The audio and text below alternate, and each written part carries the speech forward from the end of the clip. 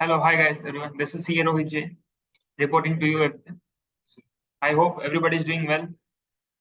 आज बहुत दिनों के बाद एक न्यू कंसेप्ट के ऊपर हम लोग डिस्कशन करेंगे। इससे पहले मैंने 4 वीडियोस डाला था। आई होप आपने वो वीडियोस देखा है और आपका कोई भी suggestions, any comments, any feedback would be a great welcome. तो प्लीज अपना सजेशंस, अपना कमेंट्स शेयर करते रहा कीजिए मेरे साथ। तो पहले मैंने ओपीसी के ऊपर भी एक वीडियो डाला था अभी रिसेंटली, और फिर मैंने कुछ कुछ डेफिनेशंस के ऊपर डाला था। आज हम लोग एक नया topic, it's a very common topic और सिंपल भी है, तो उसके ऊपर हम डील करेंगे एंड उसमें क्या क्या नया चेंजेस, नया अमेंडमेंट्स आया वो भी हम कवर करेंगे, ठीक है। तो आज का हमारा टॉपिक रहेगा, it will be on section books of accounts which is covered under section 128, ठीक है। तो आज हम लोग शुरू करते हैं। उसमें डेफिनेशन भी मैंने कवर किया है जो सेक्शन 2 में है। Every definition are covered in section 2, और सेक्शन 128 में पूरा का पूरा प्रोविजंस है बुक्स ऑफ अकाउंट्स के बारे में। तो वो हम लोग डील करेंगे सब सेक्शन वाइज, ठीक है। सो लेट मी, तो मैं अपना स्क्रीन शेयर करता हूँ and I hope from here we can start on.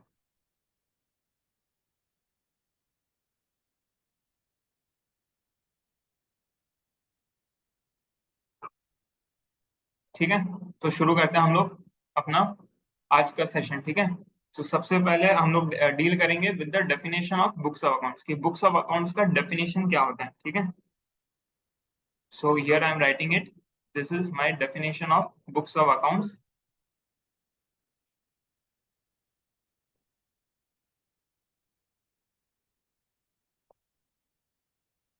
Okay,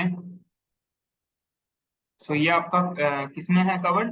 this is covered in section 2 subsection 13, okay. So this is covered in section 2 subsection 13। And guys, मेरा handwriting may be little bit of, but try to manage it. I will try to improve day by day because I don't have the habit of recording in this. So slowly you will see a improvement. Okay. So keep focus on the notes which I am giving and also what I am speaking. Okay. So books of accounts का definition. तो सबसे पहले this is a general word, ठीक है। Books of accounts होता क्या है, ये we have listened about it lot of time. Even हमने 11 क्लास 12 में भी हमने बहुत कुछ इसके बारे में सुना है। तो बुक्स ऑफ अकाउंट, जब भी हम बोलते हैं बुक्स ऑफ अकाउंट्स, तो हमारे दिमाग में क्या आता है? सबसे पहला चीज तो दिमाग में ये आता है कि जर्नल होगा, लेजर्स होगा, ठीक है। और उसके बाद आपका बैलेंस शीट होगा, प्रॉफिट एंड लॉस होगा, कैश फ्लो स्टेटमेंट होगा। तो मैं यहाँ पर एक एक करके लिखते जाता हूँ, ठीक है, कि जब हम लोग whenever we talk about books of accounts तो क्या क्या आता है। सबसे पहले आता है जर्नल। वी ऑल नो कि journal entries, they are basics. Accounting का सबसे बेसिक्स है। सबसे पहले हम लोग जर्नल एंट्री रिकॉर्ड करते हैं and that to be record in a chronological order, ठीक है। उसके बाद आता है लेजर्स, ठीक है। This is our ledgers. अब आता है, उसके बाद क्या रिकॉर्ड करते हैं? जर्नल एंड लेजर, दिस ये तो हमारा बेसिक्स है, ठीक है। उसके बाद आता है ट्रायल बैलेंस, है ना। ट्रायल बैलेंस भी एक इंपॉर्टेंट पार्ट है, उसमें हमारा डेबिट क्रेडिट, ठीक है। देन कम्स जर्नल आ गया, लेजर आ गया, ट्रायल बैलेंस आ गया। उसके बाद क्या आता है? उसके बाद हम बनाते हैं अपना फाइनेंशियल स्टेटमेंट्स। फाइनेंशियल स्टेटमेंट्स में क्या होता है? बैलेंस शीट होता है, ठीक है। बैलेंस शीट होता है, एसओपीएल होता है, स्टेटमेंट ऑफ, मैं शॉर्ट में लिख रहा हूँ, ठीक है, statement of profit and loss. And then you have cash flow statements, ठीक है। ये सीएफएस, ये भी मैंने शॉर्ट में लिखा है, ठीक है। तो बैलेंस शीट, एसओपीएल, सीएफएस, ये सब होता है। And then you have notes to accounts, okay. और ये मैं शॉर्ट में लिख रहा हूँ, तो this is notes to accounts. तो जब भी हम लोग बुक्स ऑफ अकाउंट्स के बारे में बोलते हैं तो दिस आर द थिंग्स जो हमारे माइंड में स्ट्राइक करते हैं: journal, ledger, trial balance and this financial statements, ठीक है। तो अब लेकिन कंपनीज एक्ट में क्या डेफिनेशन है वो आज हम डिस्कस करते हैं। बेसिकली कंपनीज एक्ट ऑल्सो, मतलब ऑल्सो स्टेट्स कि ये सब चीज भी बुक्स ऑफ अकाउंट्स में कवर होगा। ऐसा नहीं कि कंपनीज एक्ट कुछ अलग से बोलता है। ये सब चीज, these are books of accounts. Journal, ledger, ये सब करेक्ट है, these are correct, these are part and parcel of books of accounts. लेकिन इसके अलावा क्या? ये तो ठीक है, इसके अलावा क्या? ठीक है, तो इसके अलावा क्या क्या चीज बुक्स ऑफ अकाउंट्स में आ सकता है, वो चीज आज हम लोग डिस्कस करते हैं, ठीक है। और एक चीज याद रखना, रिमेंबर कि ये सब हमारा बुक्स ऑफ अकाउंट्स का तो पार्ट है ही, journal and ledgers and trial balance, and इसका जो सोर्स डॉक्यूमेंट है, मीन जर्नल का सोर्स डॉक्यूमेंट क्या होगा? It can be invoice, invoices हो सकता है, ठीक है। फिर उसके बाद आपका it can be your payment vouchers, payment vouchers हो सकता है, फिर रिसिप्ट वाउचर्स हो सकता है, okay. And then any other agreements हो सकता है, so etcetera. So this are the things which, ये सब आपका सोर्स डॉक्यूमेंट्स है। तो this source documents are also part and parcel of books of accounts. और इसी ये सोर्स डॉक्यूमेंट्स के बेसिस में ही एंट्री पास होता है, and from that it goes to trial balance, and from on that basis we prepare our financial statements. तो books of accounts का ये, so this is part and parcel of books of accounts, ठीक है।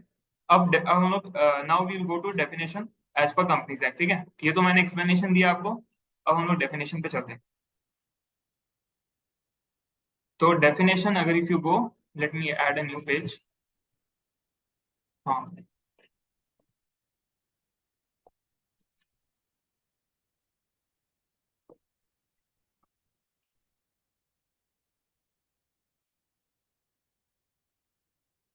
Okay. So books of accounts का, so first of all we will, मैं इसको 4 parts में divide कर रहा हूँ, ठीक है।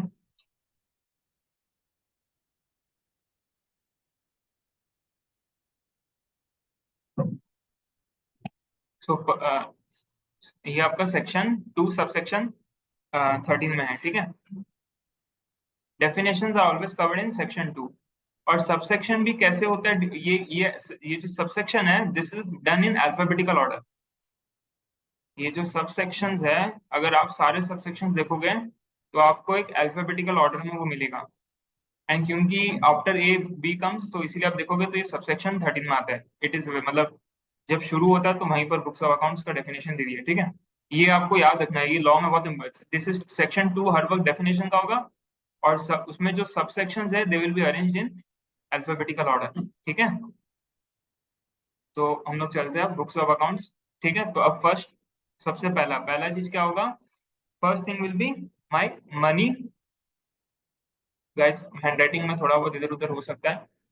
Monies which is received, okay, and expended. So this is my money received and my money expended, ठीक है। ये होता है आपका फर्स्ट। along with, इसमें यहाँ पर उन्होंने they have give along with matters। along with matters मैं आपको बताता हूँ ये क्या है, ठीक है। सबसे पहले मैं एक एक करके पॉइंट कवर कर लेता हूँ, ठीक है। I will write all those 4 things and then मैं एक एक करके एक्सप्लेन करता हूँ आपको, ठीक है। So first is money received and expended. फिर दूसरा आता है हमारा sale and purchase, okay. So this is my sales and purchase. Now third comes, अब तीसरा में क्या आता है? Assets and liabilities. Okay, assets and liabilities. ठीक है? So this is my third thing. Now coming on to my fourth. Fourth है आपका cost items. So this is my cost items which are prescribed. What is this? I will deal with it. Okay. तो ये अगर आप देखोगे, these are the 4 things. Okay, तो सबसे पहले हम लोग चलते हैं money received and expended. So अगर आप, इफ यू वर्डिंग्स आप देखोगे तो what is this? Money received, okay, and money expended. अब इसको देख के the first thing which strikes in your head is your ledger. Which ledger? कौन सा लेजर? आप बताओ, कौन सा लेजर आपके दिमाग में आ रहा है सबसे पहले? मनी रिसीव्ड एंड एक्सपेंडेड, कौन सा लेजर में हम ये रिकॉर्ड करते हैं? डेबिट क्रेडिट याद आ रहा है कुछ? This is nothing but cash in hand और cash at bank, okay. So this is nothing but cash in hand और cash at bank. So if you remember यहाँ पर हम लोग वी सो यहाँ पर हम लोग का ये डेबिट होता है. This is money which is received and this is credit which is money which goes out. ठीक है. तो money received and money expanded is as good as your cash in hand and cash at bank ledger which prepares. So this the first subsection जो है वो बहुत simple है. Money received and money expanded which is your cash ledger. ठीक है. along with matters मतलब जो हम जर्नल एंट्री पास करते हैं we give a description. तो that is nothing but matter. तो ये जो हम जर्नल एंट्री पास करते हैं तो ये आपका मैटर ही है. ठीक है. जो हम जर्नल एंट्री में डिस्क्रिप्शन लिखते हैं ना बीइंग कॉमा, तो ये वो तो दैट सोर्स जिस बेसिस में जो एंट्री पास हो रहा है, जो ट्रांजैक्शन हो रहा है मेरा, वो that is nothing but matter. ठीक है. मतलब why I am passing this entry. तो वो जो ट्रांजैक्शन है वो हमें नीचे एक्सप्लेन करना पड़ता है डिस्क्रिप्शन में. ठीक है. तो that is nothing but as good as matter. तो money received and money expended along with matter. ठीक है. तो this is purely cash. This is purely cash ledger. ठीक है. और इसी के बेसिस में if you go we prepare इसी के and on this basis we prepare our and on this basis we prepare our cash flow statement. आपको याद आ रहा होगा cash flow statement. okay. so this is nothing but cash flow statement जो हम prepare करते हैं इसी के basis में. तो आप देख रहे हो मतलब you just see ये लिखा हुआ है थ्योरी में मनी रिसीव्ड, बट प्रैक्टिकली अब देखो क्या this is practically this is cash ledger and it is also source for cash flow statement. ठीक है. So cash flow statement we all know. अभी I won't go in this accounting standard, बस मैं explain कर रहा हूँ कि cash flow statement we have 3 activities. उसमें एक तो ऑपरेटिंग एक्टिविटी आता है, एक इन्वेस्टिंग आता है, एक फाइनेंसिंग आता है. एंड इसका प्रिपेयर दिस आल्सो हमारा we have 2 methods. One is your direct method and one is your indirect. ठीक है. So for now I will not go deep, but इसको इस क्लॉज को मैं एक्सप्लेन कर रहा हूँ. ठीक है. तो मनी रिसीव्ड एंड एक्सपेंडेड क्या, this is my first thing, this is covered. Now coming on to second thing. so now second is your sales and purchase. Sales and purchase, very simple. This is your nothing but your sale register. this is your sale register जो हम maintain करते. ठीक है. so this is nothing but my sales register and my purchase register. okay. so this is your sale and purchase. ठीक है. So the sale register and purchase register are nothing but books of accounts. You see, मतलब government have given a theoretical definition, but इसका practically this is how you apply. मतलब practically ये books of accounts है. ठीक है. So this is your sale and purchase. Now coming on to asset and liabilities. ठीक है. तो यहाँ पर जगह नहीं है. I will just bring it down and explain to you. So assets and liability, if you see there are 2 types. Okay. One is your non-current and one is your current assets, and then you have non-current liabilities and current liabilities. ठीक है. So I will write here non-current and current. ठीक है. So these are non-current assets, current assets, and these are non-current liabilities and current liabilities. Okay. So for this also we prepare a register. अब now you just think what are the मतलब इसके लिए हम क्या क्या registers बना सकते हैं. I will just give you some examples. ठीक है. नॉन करंट एसेट्स के लिए हम क्या क्या रजिस्टर बना सकते हैं, करंट एसेट्स, और ये सब होता है. This are practically. ठीक है. Companies, partnership firms, everybody do this. और क्योंकि हम we are dealing here only with companies, so हम सिर्फ कंपनीज का डिस्कशन करेंगे. ठीक है. तो non current assets you know we have one is your property, plant and equipment. you any company you will go, they maintain a proper full-fledged records. ठीक है, of property, plant and equipment. So here if you see they accounting, from accounting point of view they do everything. मतलब figures भी रहता है उसमें, date of acquisition रहेगा, amount रहेगा, description रहेगा, उसका supporting document रहेगा, everything. ठीक है. ऐसा नहीं है कि just you prepare just to write numbers. No, numbers के साथ उसका supporting documents जो मैंने डिस्कस किया, sale register, purchase register, same thing goes with sale register also. Sale register में you have the figures, you will also have qualitative information. तो जैसे for example उसमें डेट भी रहेगा, उसमें इनवॉइस का जो सपोर्टिंग डॉक्यूमेंट है, इनवॉइस का कॉपी वो भी रहेगा, प्लस उसे सपोर्टिंग अगर कोई पीओ है, परचेज ऑर्डर जो हमने रिसीव किया, वो भी उस सेल रजिस्टर का पार्ट होता है। ठीक है, तो सेल रजिस्टर में you will have those ledgers plus you will have the supporting documents. The same thing goes with this asset register. So PP में you will have the figures कि what are the amount of PP which are acquired, what are the amount which is sold, and you will also have supporting documents. Okay, कि when it is acquired उसका date होगा, उसका invoice का copy होगा, where it is available, that is also that would also be a part and parcel of register. ठीक है, so everything it's a completely detailed register हम maintain करते हैं. Okay, so it will be everything जो भी हमें यहाँ बोलते हैं, if company maintains, it maintains in a proper detailed manner. So this is first non-current assets. Okay, this is your PP, and then you have other, like you can have for furnitures. आपके furniture हो सकता है, fixtures हो सकता है. This is first thing. Okay, now current. If you go to current, and you can have one more thing, investment property. I will just write this investment property. उसका भी आप if a company have multiple, then they maintain register. Okay, ठीक है. It depends company to company. Then current में देखोगे तो you have stock registers. This is तो we all know stock register, ये हमने अपना आर्टिकल शीट में पढ़ा है, कंपनीज मेंटेन करते हैं स्टॉक रजिस्टर. ठीक है, उसमें आपका क्या रहता है, जो इनफ्लोज प्लस आउटफ्लोज रहता है, एंड दे मेंटेन इट. और इसमें हम अलग अलग मेथड में मेंटेन करते हैं, FIFO, LIFO, weighted average method. ठीक है, तो ये स्टॉक रजिस्टर्स है, तो उसमें कंप्लीट स्टॉक का डिटेल्स होता है. ठीक है, स्टॉक इन, स्टॉक आउट, कब इन हुआ, कब आउट हुआ, and when and where. Okay, now we have debtors. So debtors register भी आ जाता है. ठीक है, so and this are the example, the list goes on. ठीक है, ये मैंने सिर्फ ब्रॉडर एग्जांपल दिए for a better understanding. So this come so यहाँ पर होता है current assets and non current. ठीक है, अब वैसे लाइबिलिटीज के लिए भी सेम होगा. लाइबिलिटीज के लिए we will have trade payables. ठीक है, so we will have here trade payables.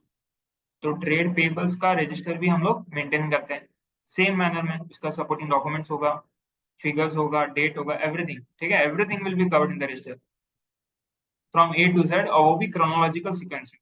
ठीक है, तो ये ट्रेड पेबल्स हो गया. Then we can have borrowings. ठीक है, बोरिंग्स का भी हम लोग we make a statement. Statement बोल सकते हो, रिपोर्ट बोल सकते हो, रजिस्टर बोल सकते हो, एनीथिंग यू कैन से. ठीक है, this words are interchangeably used, statements, reports और registers.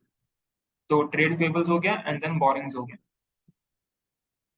And then it can other things also. ठीक है, तो ये सिर्फ मैं broad etcetera. So this are broad examples which I am dealing with. Majorly companies must, matlab they do, because these figures are used in your preparation of financial statements. All these figures are used in preparation of financial statements. So therefore they maintain registers for each and every items which I have discussed. ठीक है, तो now coming to your, तो ये तीन चीज हो गया, assets and liability, sales and purchase, and money received and expended. ठीक है, now coming to cost items. Cost items, this is Companies Act don't say that every company has to maintain your cost statements. Only prescribed companies, which I'll discuss in a different video. For those companies, for them it is compulsory that they have to maintain those cost statements, or you can say cost sheet. तो यहाँ पर basically क्या होता है, like they maintain, मतलब एक एक, we can say for example direct, like for example direct material. तो डायरेक्ट मटेरियल का वो लोग पूरा इस कॉस्ट उसका मेंटेन करते हैं, क्वांटिटेटिवली भी और क्वालिटेटिवली भी. वैसे डायरेक्ट लेबर, डायरेक्ट मटेरियल हो गया, लेबर हो गया. ठीक है, एंड देन ओवरहेड्स. ठीक है, तो ये सब चीजों का डिटेल्स वो लोग मेंटेन करते हैं, एंड ओवरऑल भी मेंटेन करते हैं, एंड यूनिट वाइज. ठीक है, यूनिट वाइज कितना कॉस्ट आ रहा है, ओवरऑल कितना कॉस्ट आ रहा है, वो सब. Fixed overheads, variable overheads, all this things company maintain करता है, बट दोज जो स्पेसिफाइड है. ठीक है, ओनली फॉर दोज जो कंपनी प्रिस्क्राइब्ड है, उन्हीं को मेंटेन करना पड़ता है. ठीक है, तो ये हो गया एग्जांपल्स. तो ये जो चार आइटम्स मैंने कवर कर लिया, और ये मैंने एक्सप्लेन भी कर दिया डिटेल में. ठीक है, ये मैंने डिटेल में एक्सप्लेन भी कर दिया आपको. बस अल्टीमेटली आपको एक ही चीज याद रखना है कि हम जब फाइनेंशियल स्टेटमेंट्स बनाते हैं, when we prepare our financial statements, तो लेट्स से जैसे ये मान लो मेरा प्रॉफिट एंड लॉस अकाउंट है, ठीक है। तो इसके अंदर जो जो भी आइटम्स आएगा, ठीक है, मतलब मेरा यहाँ पर सेल आता है, यहाँ पर मेरा अदर इनकम आता है। I am preparing this in T shape, but basically companies now prepare in a different format, ठीक है। And here you have purchases, you have expenses, everything, okay. So all these things, ये आता कहाँ से, ये जो फिगर्स है, इसका जो फिगर्स है, from where they will come, कहीं ना कहीं से तो सोर्स आएगा, तो ये कहाँ से आता है, तो दे कम फ्रॉम रजिस्टर्स, ठीक है। ये cell register, purchase register. Expenses का कहाँ से आएगा, वो एक्सपेंस का जो लेजर है।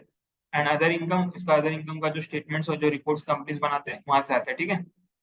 तो वो ऑल दिस थिंग्स, तो ये सब जो है ये part and parcel of books of accounts है, ठीक है। तो अल्टीमेटली, अगर आप देखोगे फाइनेंशियल स्टेटमेंट में जो जो भी लाइन आइटम्स आते हैं, आइदर आइदर इंडिविजुअली और कॉम्बिनेशन, एक लाइन आइटम का या तो एक सेपरेट रजिस्टर होगा, या फिर a combination of line items will have one register, ठीक है। सो ऑल दोज, मतलब वो सारा रजिस्टर्स, उनका सोर्स डॉक्यूमेंट्स, वो सब कुछ हमारा बुक्स ऑफ अकाउंट्स में कवर हो जाता है, ठीक है। और सबसे इंपॉर्टेंट चीज याद रखना, यहाँ पर गवर्नमेंट हैज क्लियरली स्टेटेड कि ये जो डेफिनेशन है, मतलब ये जो मैंने चार आइटम बनाया, not only this, okay, not only this, मतलब it's an inclusive definition, remember this, it's an inclusive definition, ठीक है। तो ऐसा नहीं है कि सिर्फ यही कवर्ड होगा, इसके अलावा जो जो भी रिक्वायर्ड है एज पर डिफरेंट एक्ट, उसको कंप्लाई करने के लिए भी जो जो बुक्स ऑफ अकाउंट्स कंपनीज को प्रिपेयर करना पड़ता है, दे आर ऑल्सो कवर्ड, ठीक है। So it is an inclusive definition, ये आपको याद रखना है। अब इसमें दो तीन क्लैरिफिकेशंस, ये तो हो गया डेफिनेशंस। अब इसमें दो तीन क्लैरिफिकेशंस मैं देता हूँ। सबसे पहले तो मैंने बोल दिया कि पहला क्लैरिफिकेशन है कि इंक्लूसिव डेफिनेशन है। Second, other books as required with the act, other act, ठीक है, as per GST, as per income tax, वो भी मेरा बुक्स ऑफ अकाउंट्स का पार्ट है, ठीक है। And one important thing is कि बुक्स ऑफ अकाउंट्स जब मैं बोलता हूँ this includes, okay, this also includes,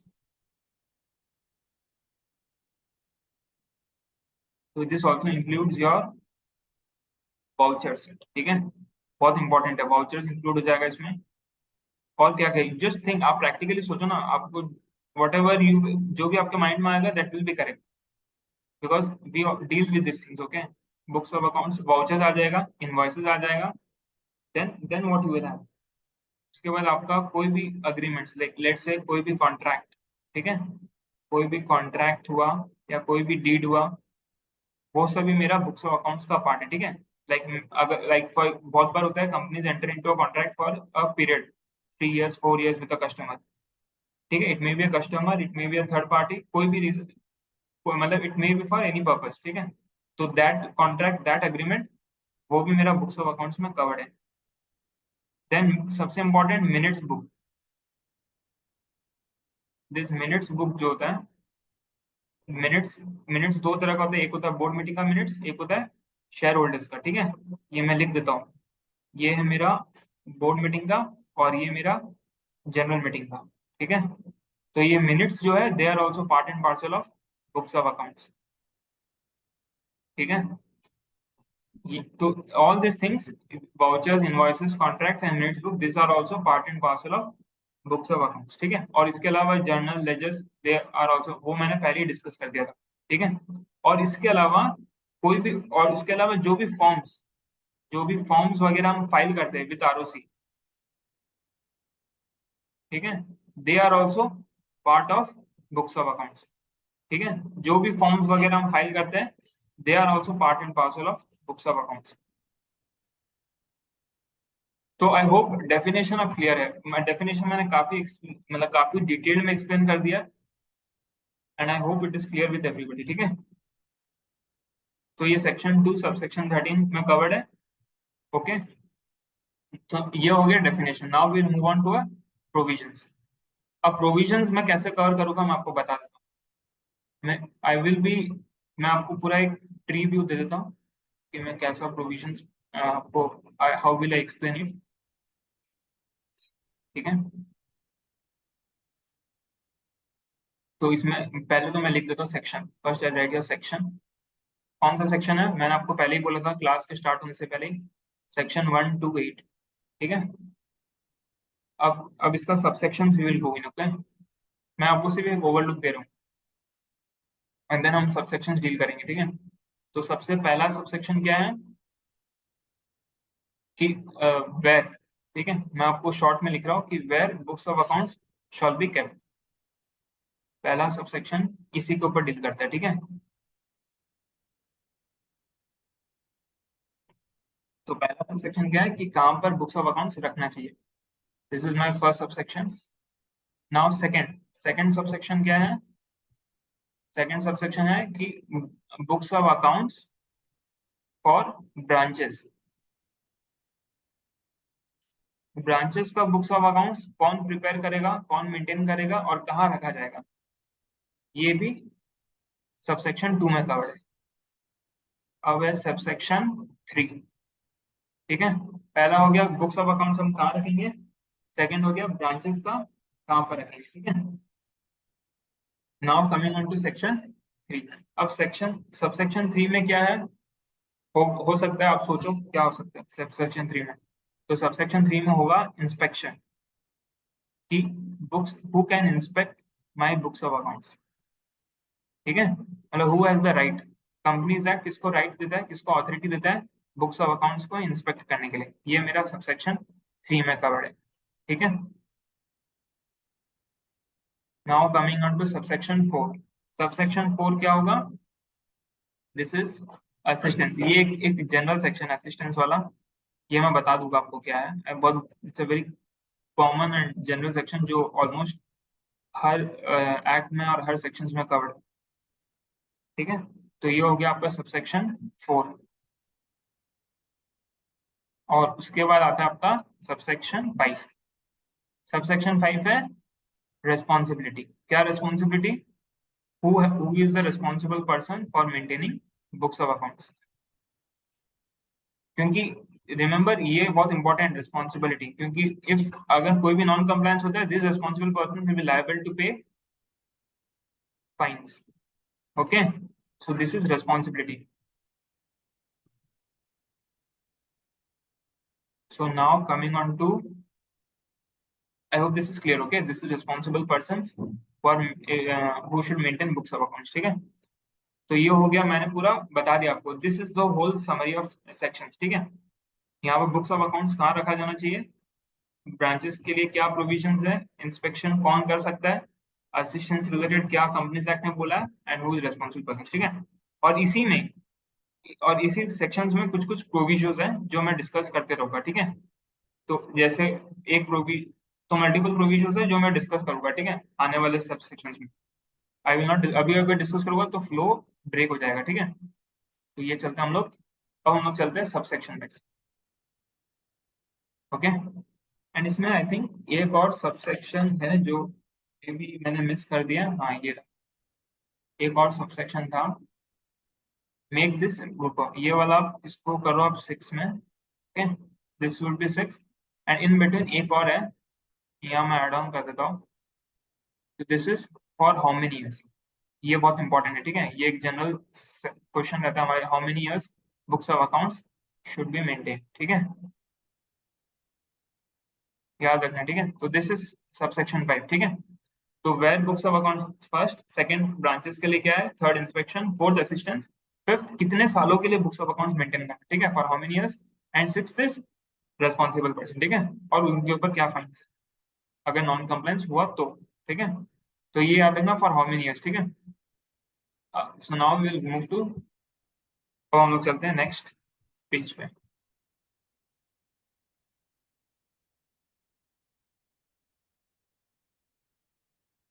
ठीक है। तो सबसे पहले हम लोग डिस्कस करेंगे सबसे सबसे फर्स्ट सबसेक्शन क्या है। सबसे पहला सबसेक्शन सेक्शन 128 का, ठीक है, जो मैंने आपको बोला था क्या है, where where it should be kept, ठीक है। तो अब एक्ट क्या बोलता है आप ध्यान से सुनिए, ठीक है? मैं लिख देता हूँ ऊपर में, where it should be kept.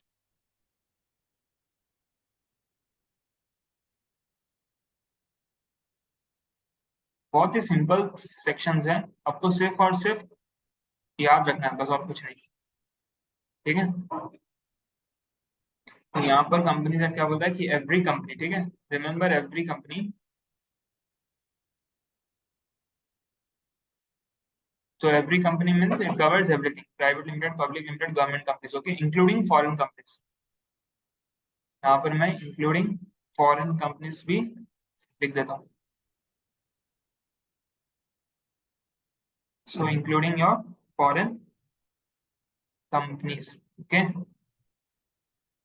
Foreign companies को भी, दोज फॉरेन कंपनीज जो एज पर कंपनीज एक्ट, ठीक है, तो those foreign companies plus Indian companies, ठीक है, foreign companies plus Indian companies, they they shawl maintain books of accounts, okay.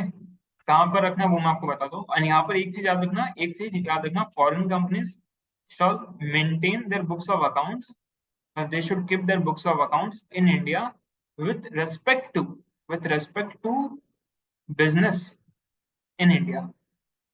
मतलब India में जो बिजनेस हो रहा है, याद रखना, फॉरेन कंपनीज जो इंडिया में बिजनेस कर रहे हैं उनका बुक्स ऑफ अकाउंट्स ही वो लोग यहाँ इंडिया में रखेंगे, एंड उस इंडियन बिजनेस के ऊपर ये सेक्शन अप्लाई करता है, ठीक है।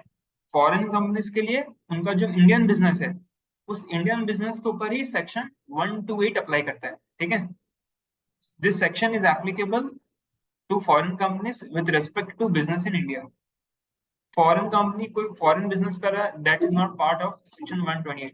वो उनका जो कंपनीज एक्ट है, जो फॉरेन कंट्री में, मतलब जो आउटसाइड कंट्री में एक्ट लगता है, उस एक्ट के हिसाब से दे विल मेंटेन। तो यहाँ पर फॉरेन कंपनीज जिनका इंडिया में बिजनेस हो रहा है, सिर्फ उसका मैं बात कर रहा हूँ, ठीक है। फॉरेन कंपनी जिनका इंडिया में बिजनेस हो रहा है, they will comply with this subsection plus every Indian company, ठीक है। इंडियन कंपनी में आई हैव सेट कि क्या क्या कंपनीज कवर हो सकते हैं, ठीक है। तो they shall prepare and keep its books of accounts, कहाँ पर, एट, तो उनको अपना बुक्स ऑफ अकाउंट्स कहाँ रखना है, eight there registered office. Simple है ना, देखो कितना सिंपल है। उनको अपना अकाउंट्स कहाँ रखना है, बुक्स ऑफ अकाउंट्स कहाँ पर रखना है, जो मैंने अभी डिस्कस किया, registers, ledgers, journal, minutes, vouchers, कहाँ रखना है, रजिस्टर्ड ऑफिस में।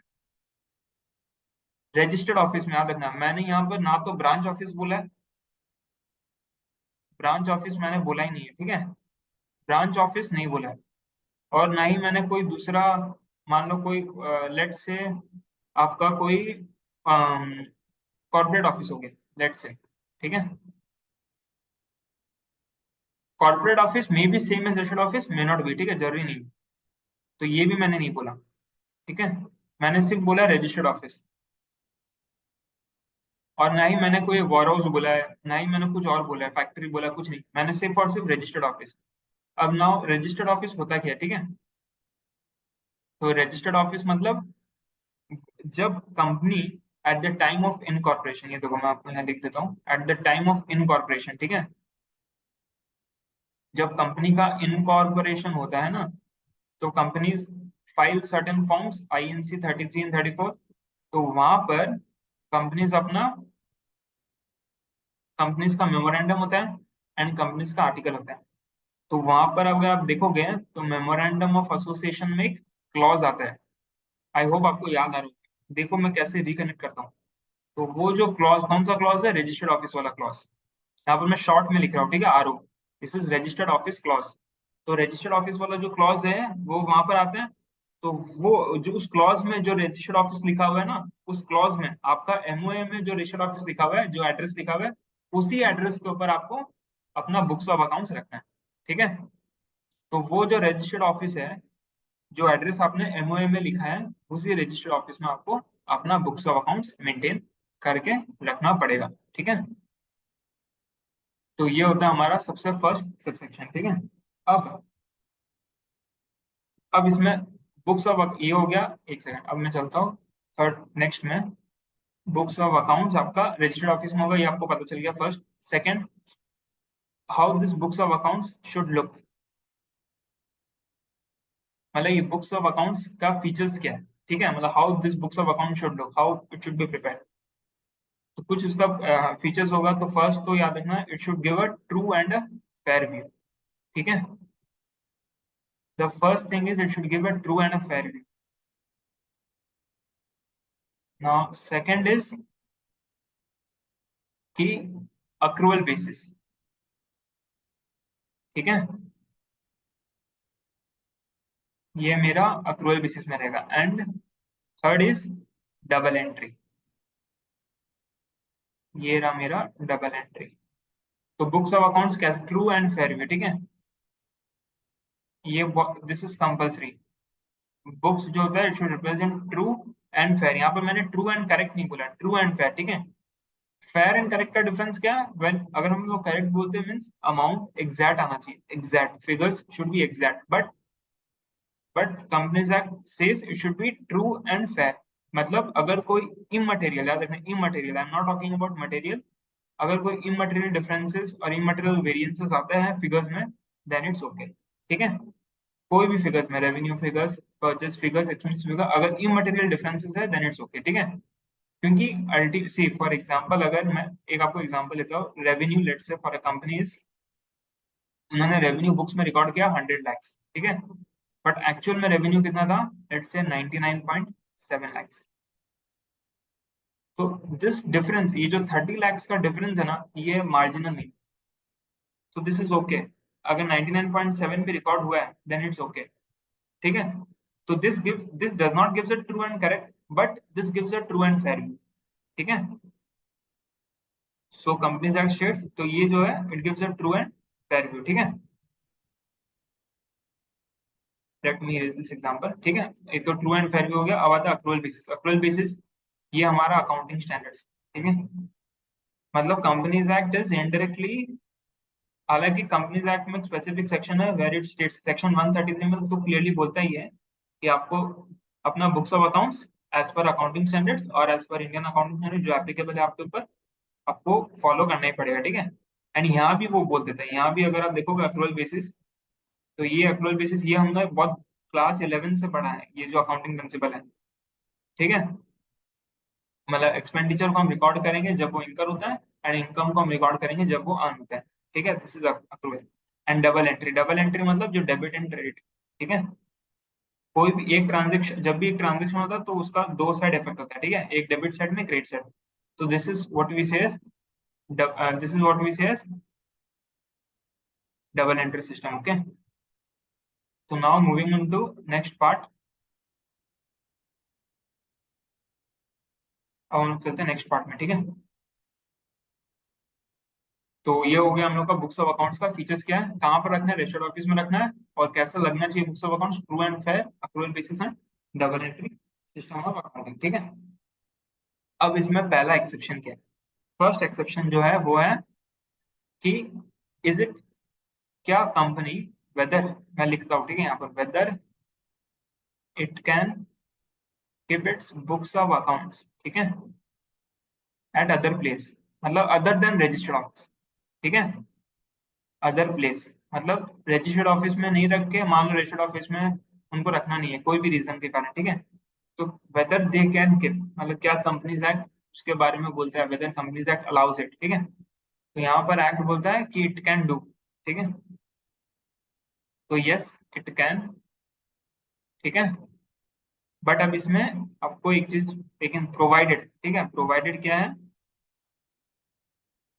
प्रोवाइडेड इसमें क्या होगा कि जो बोर्ड, याद रखना, एज द बोर्ड में डिसाइड, ठीक है, एज मतलब बोर्ड ऑफ डायरेक्टर्स डिसीजन लेंगे, ठीक है.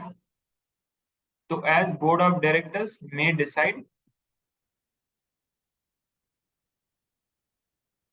ये देखो, एज बोर्ड ऑफ डायरेक्टर्स में डिसाइड, कंपनी अपना books of accounts eight other place रख सकते हैं, ठीक है. एंड इसमें एक चीज और, एंड जो भी डिसीजन बोर्ड ने लिया है, कंपनी को क्या करना है, दे हैव टू इंटीमेट, ठीक है, they have to intimate into ROC. अब इसको मैं डिटेल में एक्सप्लेन करता हूँ, ठीक है. तो एज बोर्ड ऑफ डायरेक्टर्स ने डिसाइड किया, अगर बोर्ड ऑफ डायरेक्टर्स डिसाइड करते हैं कि हमें बुक्स ऑफ अकाउंट्स कहीं और रखना है, दे कैन डू, ठीक है. तो as per the decision of the board of directors, and company shall intimate to ROC with in a period of 7 days, ठीक है, 7 days from the date of decision. Okay, अब इसको मैं आपको थोड़ा प्रैक्टिकली एक्सप्लेन कर देता हूँ क्या सीन है। तो सबसे पहले as the board of director, मतलब कहने का मतलब ये है कि अगर कंपनी को अपना बुक्स ऑफ अकाउंट्स के लिए दूसरा प्लेस अगर ढूंढना है या शिफ्ट करना है, तो first what they will do, they will conduct a board meeting. ठीक है, they will conduct a board meeting. वहां पर क्या बोर्ड मीटिंग होगा, वहां पर क्या होगा, एक रिजोल्यूशन पास होगा। They will board will decide and they will pass a resolution. ठीक है, तो बोर्ड रिजोल्यूशन पास होगा जहां पर पूरा लिखा हुआ रहेगा कि इन डिटेल कि वेयर दे आर शिफ्टिंग, वो पूरा एक्सप्लेन किया हुआ रहेगा। ठीक है, and this resolution will pass, और फिर ये मीटिंग कंक्लूड हो जाएगा। एंड यहाँ से from this date of resolution, यहाँ से 7 days company will file a intimation to ROC. और ये किस फॉर्म में होगा, this will be in, remember the form name, AOC 5. Okay, so this will be basically in AXM. Let me scroll down. This will be in your AOC 5. ठीक है, सो याद रखना, company will conduct a board meeting, resolution pass होगा board meeting में, वहां से 7 days के भीतर इंटीमेशन फाइल किया जाएगा आरओसी को इनफॉर्म AOC 5। ठीक है, so change of office can be done on the basis of decision taken by the board of directors in the board meeting. ठीक है, तो ये हमारा फर्स्ट एक्सेप्शन है, पहला प्रोविजन है। अब चलते हैं हम लोग इसके ऊपर। अब हम लोग एक और एक्सेप्शन है जो मैं डील कर लेता हूँ। This is nothing but second, your second subsection. ठीक है, तो ये second subsection, I open a new page. Okay, so this new page, let me open. ठीक है, तो पहले हमने कवर कर लिया कि बुक्स ऑफ अकाउंट को कहाँ रखना है एंड उसका एक्सेप्शन क्या था, वो भी हमने कवर कर लिया। And how books of account should look, वो भी मैंने आपको बता दिया। Now coming to second subsection, कि ये सेकंड सबसेक्शन डील करता है फॉर ब्रांचेस। ठीक है, जो मैंने आपको बोला था, this is specifically for branches. Okay, ठीक है, तो ये आपका फॉर ब्रांचेस है। अब ब्रांचेस याद रखना दो तरीके का हो सकता है। ठीक है, it can be in India, it can be outside India.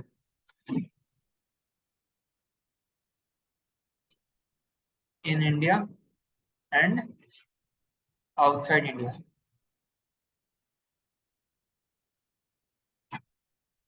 Okay, so सबसे फर्स्ट हम चलते हैं, वी विल, मैं आपको एक्सप्लेन करता हूँ कि in India how to do. ठीक है,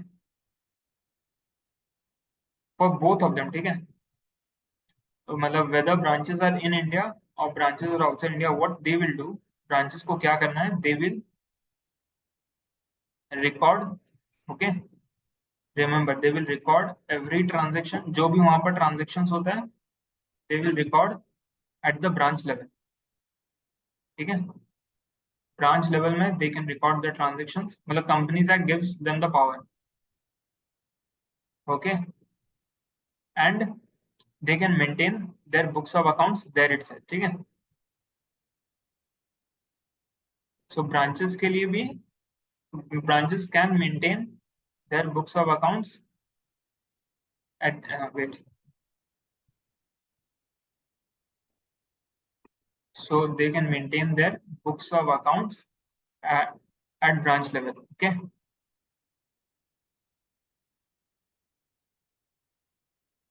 the only thing they need to comply with is, यहाँ पर ध्यान से सुनना मेरा बात, ट्रांजेक्शन्स वहीं पर रिकॉर्ड हो जाएगा ब्रांच में, books of accounts also they will maintain every. ठीक है, जो इवन ब्रांच टू ब्रांच जो ट्रांजेक्शन्स हो रहा है, inter company transactions, everything will be recorded there itself at the branch.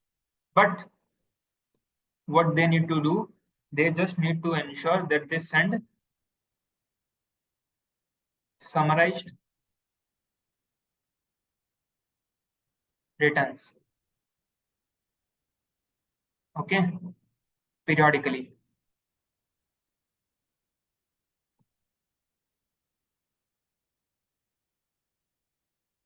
Remember, okay, they have to send proper summarized returns periodically. ठीक है, It can be monthly basis, it can be daily basis, it can be quarterly basis, weekly basis, कुछ भी हो सकता है, ठीक है। तो summarise when I am speaking of, अब यहाँ पर कोई एक्सप्लेनेशन नहीं दिया हुआ कंपनीज एक्ट में कि समराइज रिटर्न्स क्या होता है, but basically this summarise return nothing but, मतलब जो भी रजिस्टर्ड ऑफिस आपको डिमांड करेगा you have to give a summary, means you can give your trial balances, you can give registers, you can give reports and statements, ठीक है। instead of giving transaction level details you can give it in a summarized way, okay। तो branches के लिए relaxation है, मतलब companies that gives a relaxation कि branches can maintain their books of accounts there itself at the branches, but they have to send those summarised returns periodically to the registered office, ठीक है। This is for both in India and outside India, ठीक है।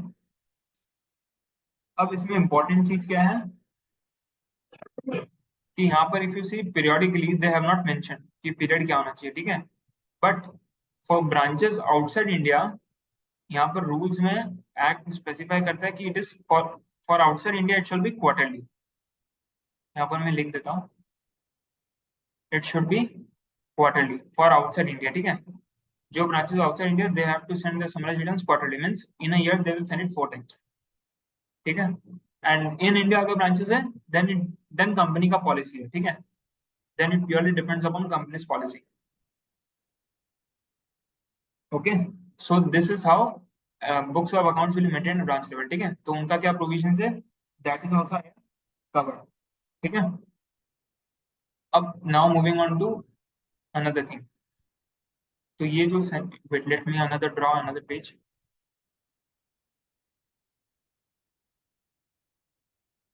ठीक है।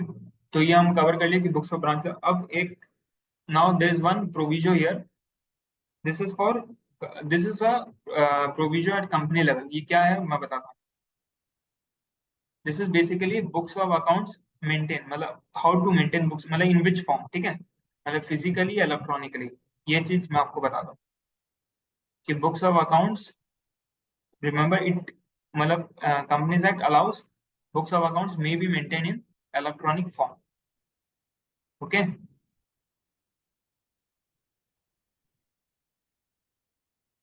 Remember it may be maintain in electronic form. अब how this electronic form works, ठीक है। सो this is rules, तो ये रूल्स में clear, companies act rules, in the rules it is clearly specified that how we have to maintain books of accounts in electronic form, ठीक है।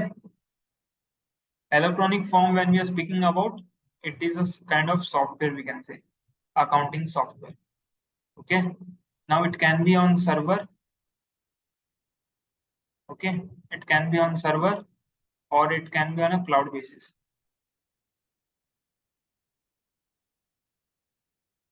ठीक है।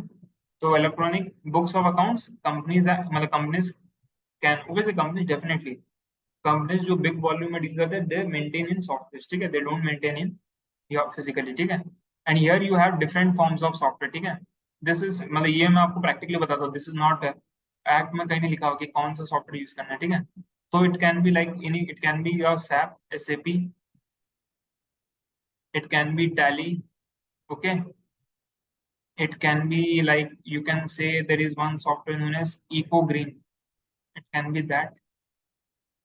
Okay. In SAP also multiple version है, ठीक है। ये आप ऑडिट में पढ़ोगे, ऑडिट में एक चैप्टर है ऑडिटिंग इन ऑटोमेटेड इन्वायरमेंट, वहां पर आप पढ़ोगे कि क्या क्या सॉफ्टवेयर हो सकता है, एग्जाम्पल उसमें है, ठीक है। तो वहां से आप लिंक कर सकते हो। तो books of accounts in software में मेंटेन कर सकते हैं, ठीक है, एसएपी, टैली, इकोग्रीन एक्सेट्रा, ठीक है। अब रूल्स क्या है, रूल्स है सबसे फर्स्ट, मैं एक काम करता हूँ, I will do it in a tree way में बना देता हूँ, ठीक है। सबसे फर्स्ट है कि बुक्स ऑफ अकाउंट्स हम मेंटेन करें, जो भी बुक्स ऑफ अकाउंट्स मेंटेन हो रहे हैं, ठीक है, मतलब जो सॉफ्टवेयर है या जो सर्वर में मेंटेन हो रहा है, जो क्लाउड में मेंटेन हो रहा है, it should be accessible. Means बहुत बार क्या होता है, कंपनीज में maintain the books of accounts in any server which is located outside India, ठीक है। तो इंपॉर्टेंट थिंग है कि वो जो बुक्स ऑफ अकाउंट जो उन्होंने मेंटेन किया सर्वर में, it should be accessible in India, this is first thing. तो it should be accessible in India and at all time, ठीक है, at any point of time. So this should be accessible at any point of time. तो ये हो गया हम लोग का accessibility.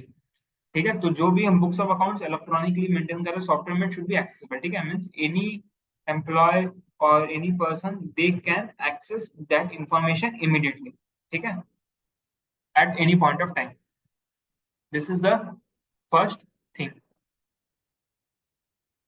Servers may be outside India, but it should be accessible in India. ठीक है, now second is second क्या important है, second is your, अब second क्या हो सकता है, पहले हो गया accessibility, अब दूसरा है आपका original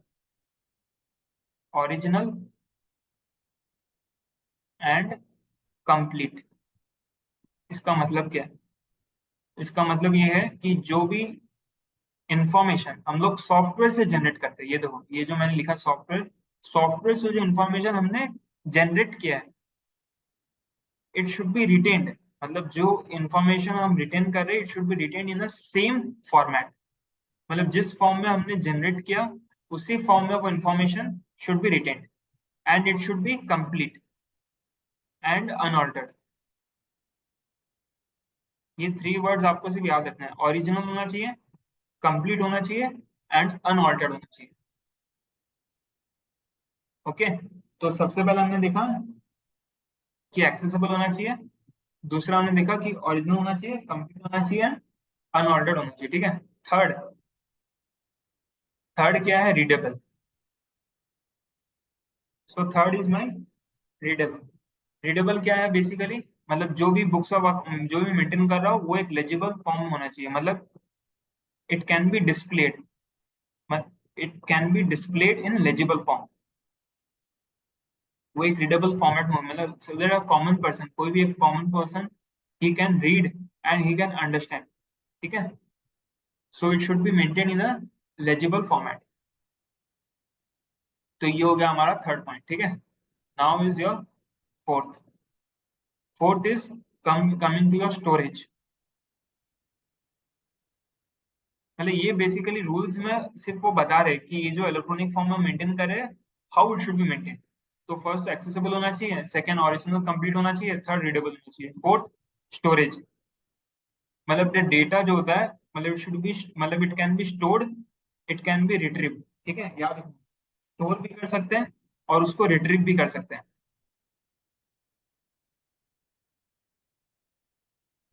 ठीक है, तो ये मतलब हमें एक तो हमें प्रॉपरली स्टोर करना पड़ेगा, and second it can also be retrieved eight any point of time if required.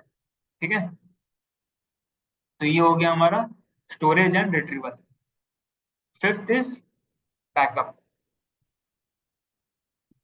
Fifth आता है हमारा बैकअप। बैकअप, जो भी इंफॉर्मेशन हम रिकॉर्ड करते हैं उसका बैकअप तो होना ही चाहिए, बिकॉज एनी टाइम हो सकता है कि हमारा सिस्टम क्रैश हो जाए, या हो सकता है कि देयर में बी अ बग, या कोई भी तरह का ग्लिच वगैरह आ सकता है सिस्टम में।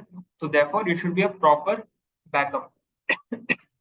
तो जो भी इंफॉर्मेशन हम मेंटेन कर रहे हैं उसका प्रॉपर बैकअप होना चाहिए। और बैकअप कहाँ पर होगा, ये बैकअप होगा servers, in servers which are located in India.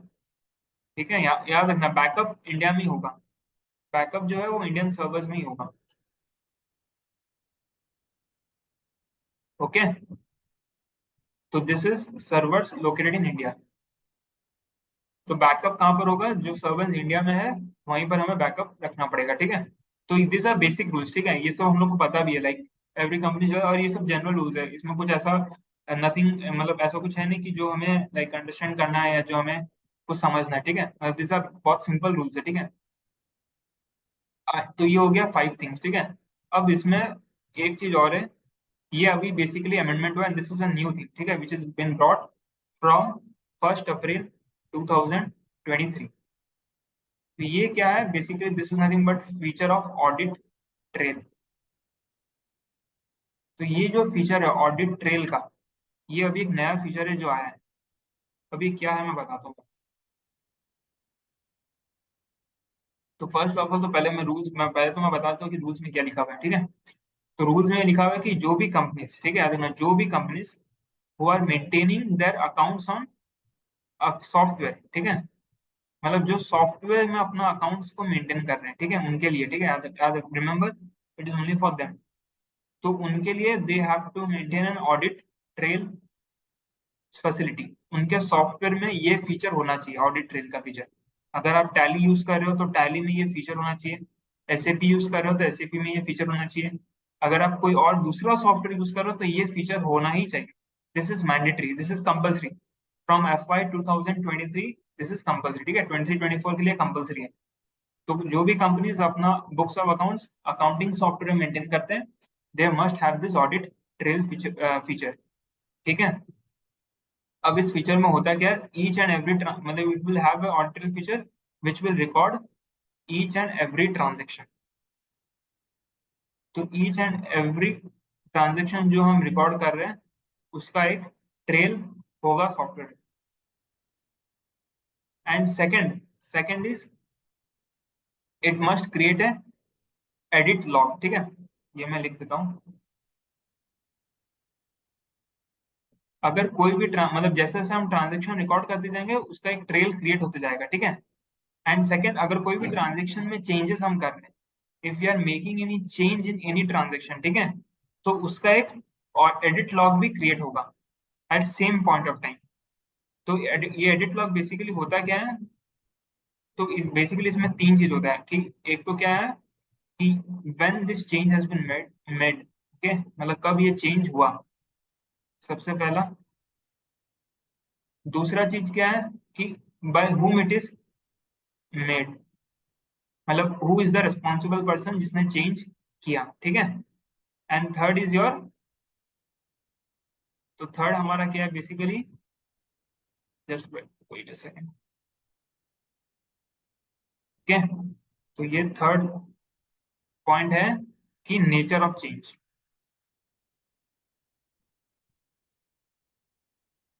So this is my nature of change, ठीक है।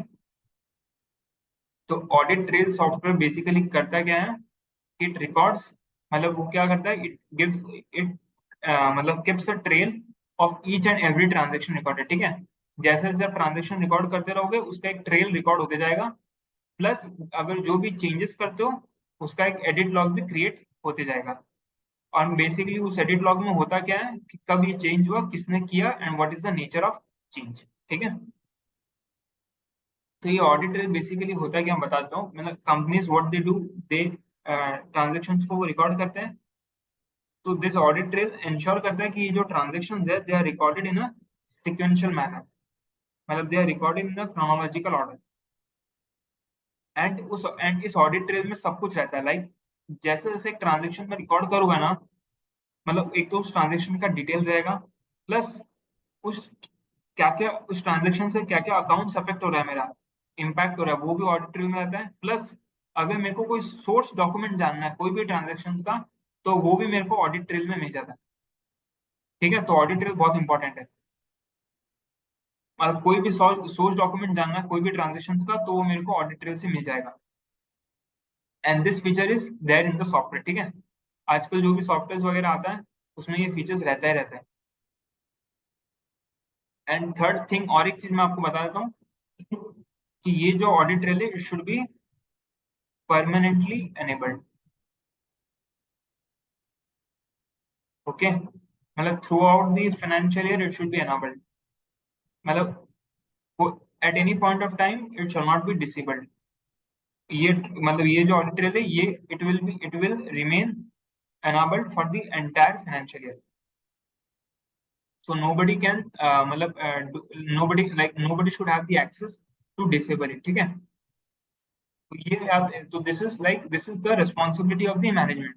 मैनेजमेंट का रिस्पॉन्सिबिलिटी है कि जो भी ऑडिट ट्रेल है it should be permanently enabled, each and every transaction का प्रॉपरली ट्रेल आ रहा है, and second third edit log is being created, ठीक है। हर एक ट्रांजेक्शन चेंज के लिए एक एडिट लॉग क्रिएट होना भी बहुत जरूरी है।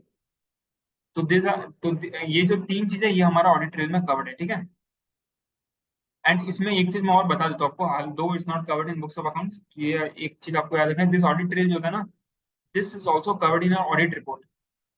मतलब अब फ्रॉम FY 23-24 ऑडिटर्स के लिए भी मैंडेटरी हो गया to report, regarding audit trail, ठीक है। मतलब अब वो लोग रिपोर्ट करेंगे कि क्या कंपनीज ऑडिट ट्रेल का जो फीचर है whether they are maintaining it properly और नॉट, ठीक है। मतलब whether the feature is enabled और not, whether trail is being created for each transaction, whether they are maintaining the edit log।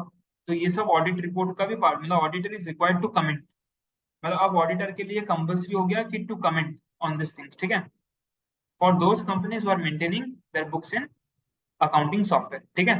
ये सिर्फ उसी के लिए, जो फिजिकल है उनके लिए नहीं। तो ये ऑडिट रिपोर्ट में भी अब रिपोर्टिंग का रिक्वायरमेंट है, ठीक है। ये अभी क्लॉज एक ऐड हुआ है, दिस इज एन अमेंडमेंट। तो मैं जब ऑडिट रिपोर्ट पढ़ाऊंगा तो उसमें मैं कवर करूंगा, ठीक है। ये अभी मैंने सिर्फ एक आपको ओवरव्यू दे दिया। एंड इसके ऊपर इंस्टीट्यूट ने अभी एक गाइडेंस नोट भी रिलीज किया था। अगर आपको डिटेल में जानना है, अगर आपको if you are interested in this, तो you can go and check the guidance note which issued by the institute of chartered accountants, ठीक है। तो आईसीए ने इशू भी किया था, यू कैन चेक, ठीक है। तो ये मैंने डील कर लिया, this is the latest amendment, ठीक है। ये दिस इज एप्लीकेबल फ्रॉम 1 अप्रैल 2020। तो ये भी मैंने कवर कर लिया, ठीक है। एंड इसमें एक चीज और one more thing I will add, कि जब अब मैं आपको बताता हूँ, I will just explain it to you, कि हम लोग बेसिकली होता क्या है, like financial statements we prepare for a particular year, ठीक है। ये एक पर्टिकुलर ईयर के लिए हम बनाते हैं। जैसे ईयर एंड होता है, what we do after year end we prepare those statements, the statements approve भी हो जाता है बोर्ड ऑफ डायरेक्टर से, and then it's also approved in general meeting, ठीक है। उसके बाद क्या होता है, वी फाइल इट, हम वो स्टेटमेंट्स को फाइल करते हैं किसको, आरओसी को, okay. We file those financial statements to ROC. अब ये जो हमने आरओसी को जो फाइल करते हैं, ये किस फॉर्म में करते हैं, AOC 4। और ये कब फाइल करते हैं, विद इन 60 डेज।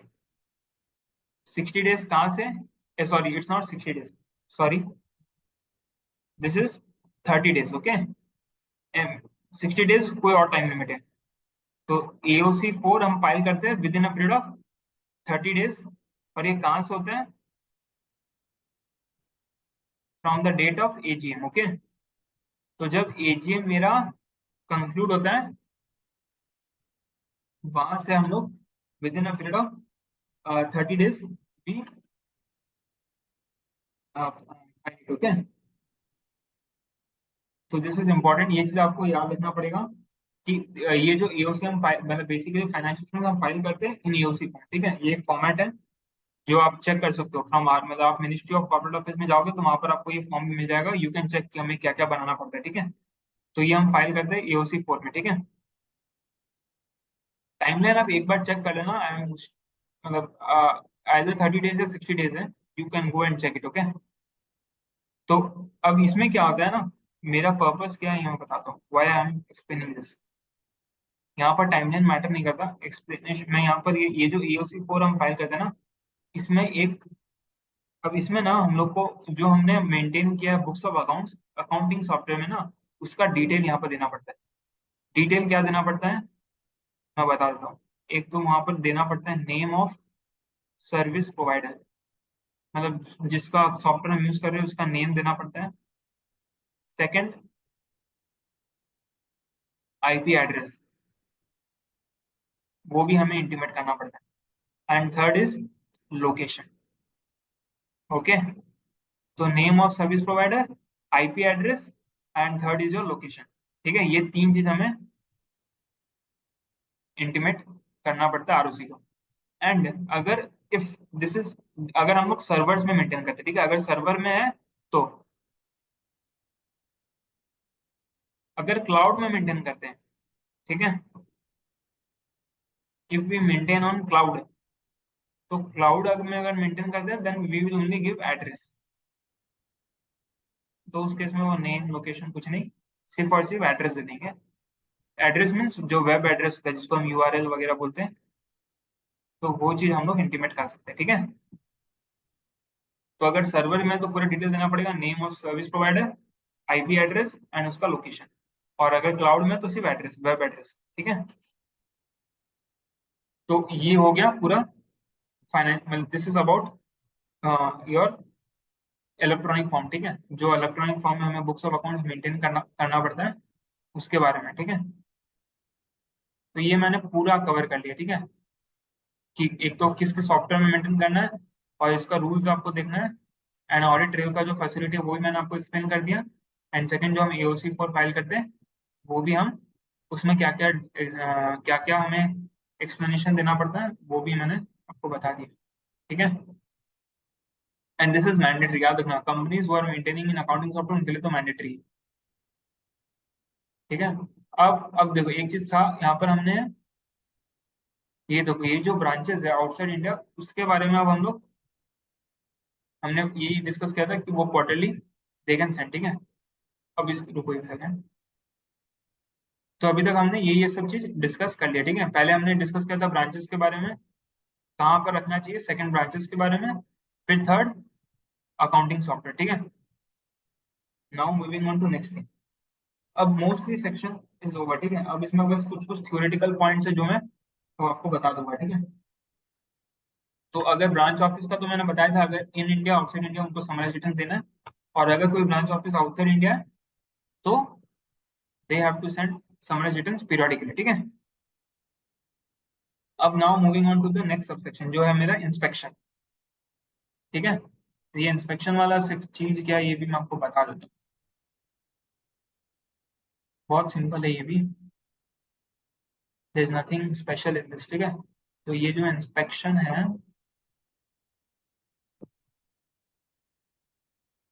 ये इंस्पेक्शन कौन कर सकता है, ठीक है, मतलब हु हैज द राइट, ये इंस्पेक्शन का जो राइट है ये किसके पास है, ये इंस्पेक्शन का जो राइट है, ये बुक्स ऑफ अकाउंट इंस्पेक्शन का जो राइट है वो किसके पास है, only and only director,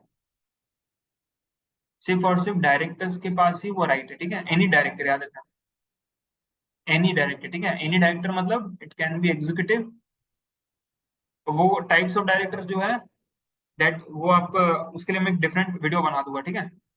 but मैं आपको बता देता हूँ ओवरऑल किस टाइप्स के होते हैं। Basically they are executive, basically ये ब्रॉडर व्यू में देखोगे तो दो टाइप के होता है, एग्जीक्यूटिव है, नॉन एग्जीक्यूटिव, ठीक है। तो इंस्पेक्शन का जो राइट है वो एनी डायरेक्टर को, ठीक है, मतलब कोई भी director books of accounts inspect कर सकता है। चलो ये तो समझ में आ गया, लेकिन यहाँ पर एक क्वेश्चन होता है कि कब, मतलब व्हेन कैन यू इंस्पेक्ट, कभी भी रात को 1 बजे आ जाएगा कि मेरे को बुक्स चेक करना है, ऐसे थोड़ी हो सकता है, एक टाइम तो होगा इंस्पेक्शन के लिए, ऐसे कभी भी तो आ नहीं सकता। तो कंपनीज एक्ट ने टाइम भी प्रिस्क्राइब किया। अब ये जो टाइम है ये मैं आपको, अब इसका बेसिकली दो डिवीजन में कर देता हूँ। अभी मैं क्या कर रहा हूँ मैं आपको बता, अगर कोई ब्रांच है जो इंडिया में, ठीक है, अगर कोई ब्रांच है जो इंडिया में है, तो अगर डायरेक्टर को उसका इंस्पेक्शन करना है तो वो कब करेगा, ड्यूरिंग बिजनेस आवर्स, ठीक है। कब करना है, ड्यूरिंग बिजनेस आवर्स, बहुत सिंपल है। बुक्स ऑफ अकाउंट्स का इंस्पेक्शन कौन करता है, डायरेक्टर करता है, और कब कर सकता है, ड्यूरिंग बिजनेस आवर्स। और ये बिजनेस आवर्स कब है मेरा, 9 AM to 6 PM, ठीक है, 9 AM to 6 PM। तो याद रखना, books of accounts directors inspect कर सकते हैं during business hours, which is 9 AM to 6 PM for branches in India, ठीक है। अब चलते हैं for branches outside India.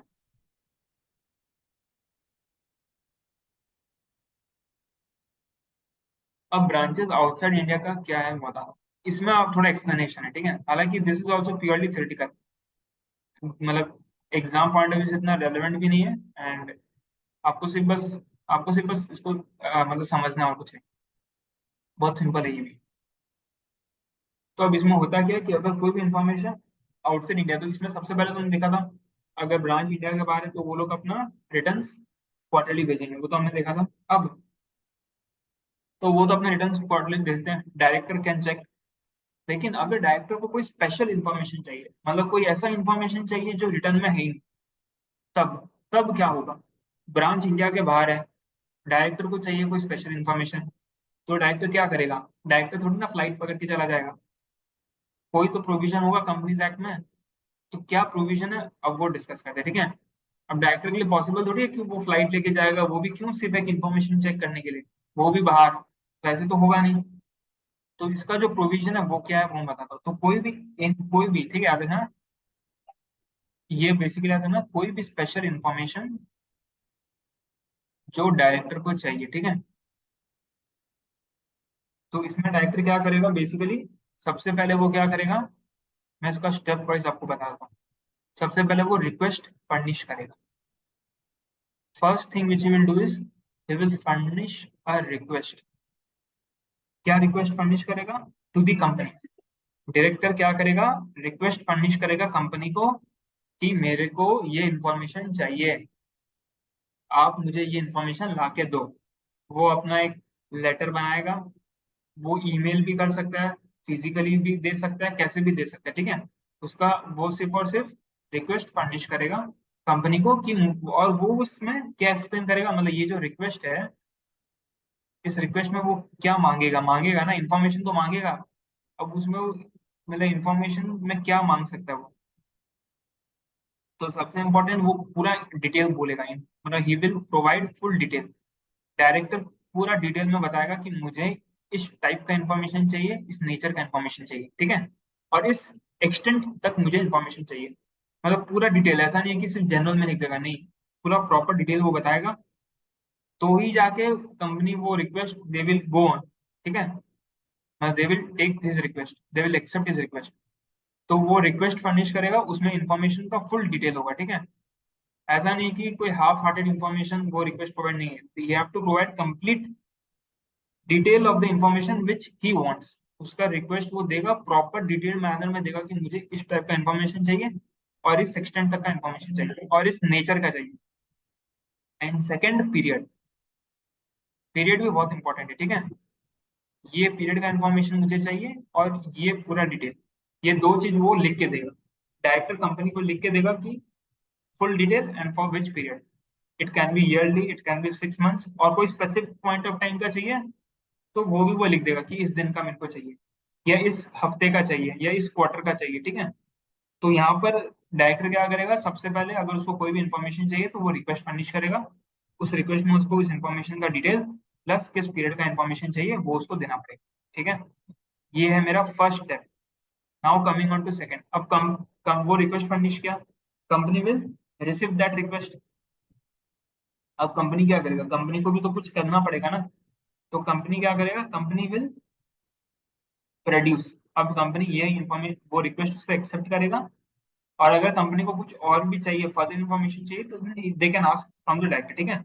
Otherwise if company is okay, then what they will do, they will directly produce those information. जो भी उसने information मांगा था, वो इंफॉर्मेशन सीधा का सीधा प्रोड्यूस कर दे, और कुछ नहीं, ठीक है। वो इंफॉर्मेशन प्रोड्यूस किया जाएगा, और इसका टाइम लिमिट क्या है? ऐसा थोड़ी है कि जब मानी चाहे 1 महीना, 2 महीना, 6 महीना, कोई तो टाइम लिमिट रखना चाहिए ना। एक तो डायरेक्टर को इन्फॉर्मेशन चाहिए, तो कंपनी का रिस्पॉन्सिबिलिटी है कि इतना टाइम में मुझे इन्फॉर्मेशन देना है। तो यहाँ पर स्पेसिफाई किया गया है 15 डेज, ठीक है। तो टाइम लिमिट है कि 15 डेज। 15 डेज के भीतर कंपनी इंफॉर्मेशन प्रोड्यूस करेगा, ठीक है।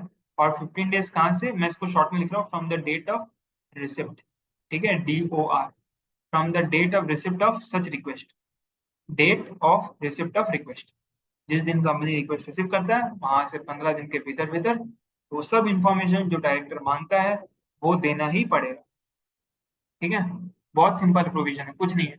अगर ब्रांच अगर इंडिया में तब तो जाके ही विजिट कर लेगा। अब क्योंकि ब्रांच फॉरेन में ना, तो विजिट करना इज नॉट फिजिबल, ठीक है। तो उस केस में वो कंपनी को सिर्फ और सिर्फ रिक्वेस्ट प्लेस कर देगा कि मुझे ये इन्फॉर्मेशन चाहिए और इस पीरियड के लिए चाहिए, and then company will produce such information with in a period of 15 days from the date of receipt of such request, ठीक है। Now moving on to my, अब इसमें एक और चीज खाली ऐड कर देता हूँ मैं। हालांकि there is no need to add this document ना, इसको ये जो रिक्वेस्ट जो फर्निश करेगा ये कौन करेगा, डायरेक्टर करेगा, ठीक है। एंड इसमें कम एक्ट मतलब रूल्स में ना क्लियरली स्पेसिफाई है कि अगर, एक सेकंड में पहले लिख देता हूँ, ठीक है। पहले मैं लिख देता हूँ फिर मैं आपको एक्सप्लेन करता हूँ। आप लोग सिर्फ देखो कि मैं क्या लिख रहा हूँ, ठीक है। एंड ये नोट्स आप लोग भी अपने कॉपीज में you can write it down, और if you want I will share it with you. Though handwriting is not, मेरा हैंडराइटिंग इतना अच्छा नहीं है, तो बेटर है कि आप लिख सकते हैं, और you can save a screenshot, ठीक है। तो यहाँ पर मैं लिखा हूँ कि डायरेक्टर रिक्वेस्ट फर्निश करेगा बाय हिमसेल्फ। अब इसमें देख, पावर ऑफ अटॉर्नी बेसिकली क्या होता है। पावर ऑफ अटॉर्नी का ये होता है कि डायरेक्टर किसी पर्सन को अपॉइंट कर सकता है एज इज, मतलब एज इज, मतलब on his behalf as is representative. कोई डायरेक्टर जो है वो किसी और को अपॉइंट कर सकता है ऑन हिज बिहाफ, ठीक है। कि दिस पर्सन विल, मतलब मेरे बिहाफ में ये पर्सन विल टेक ऑन, मतलब ही will do all the necessary things मेरे बिहाफ में, ठीक है। तो this is power of attorney. तो यहाँ पर लिखा हुआ है कि रिक्वेस्ट जो है वो डायरेक्टर से आना चाहिए, ना कि डायरेक्टर का जो मतलब अटॉर्नी है, मतलब ना कि उससे, जो डायरेक्टर को जो रिप्रेजेंट कर रहा है उससे नहीं आना चाहिए। वो इन्फॉर्मेशन सिर्फ और सिर्फ डायरेक्टर से आएगा, ठीक है। और ना ही वो डायरेक्टर का एजेंट से आएगा, और ना ही वो डायरेक्टर का रिप्रेजेंटेटिव से आएगा। मतलब इन नट शेल अगर देखा जाए तो जो रिक्वेस्ट है वो सिर्फ और सिर्फ डायरेक्टर खुद ही देगा, डायरेक्टर के बिहाफ में कोई नहीं दे सकता, ठीक है। वेदर वो उसका एजेंट हो, चाहे वो उसका अटॉर्नी होल्डर हो, चाहे वो उसका रिप्रेजेंटेटिव हो, कुछ भी हो, दैट इज नॉट एक्सेप्टेबल, ठीक है। तो कंपनी के पास जब रिक्वेस्ट आएगा ना, तो कंपनी सबसे पहले यही चेक करेगा कि रिक्वेस्ट डायरेक्टर से आ रहा है नहीं। अगर डायरेक्टर से आ रहा है, then company will proceed, and then company will produce those information, ठीक है। अगर डायरेक्टर्स के नहीं आ रहा ना, किसी और से आ रहा, then company will straight away reject, ठीक है। वो आउटराइटली रिजेक्ट करते हैं,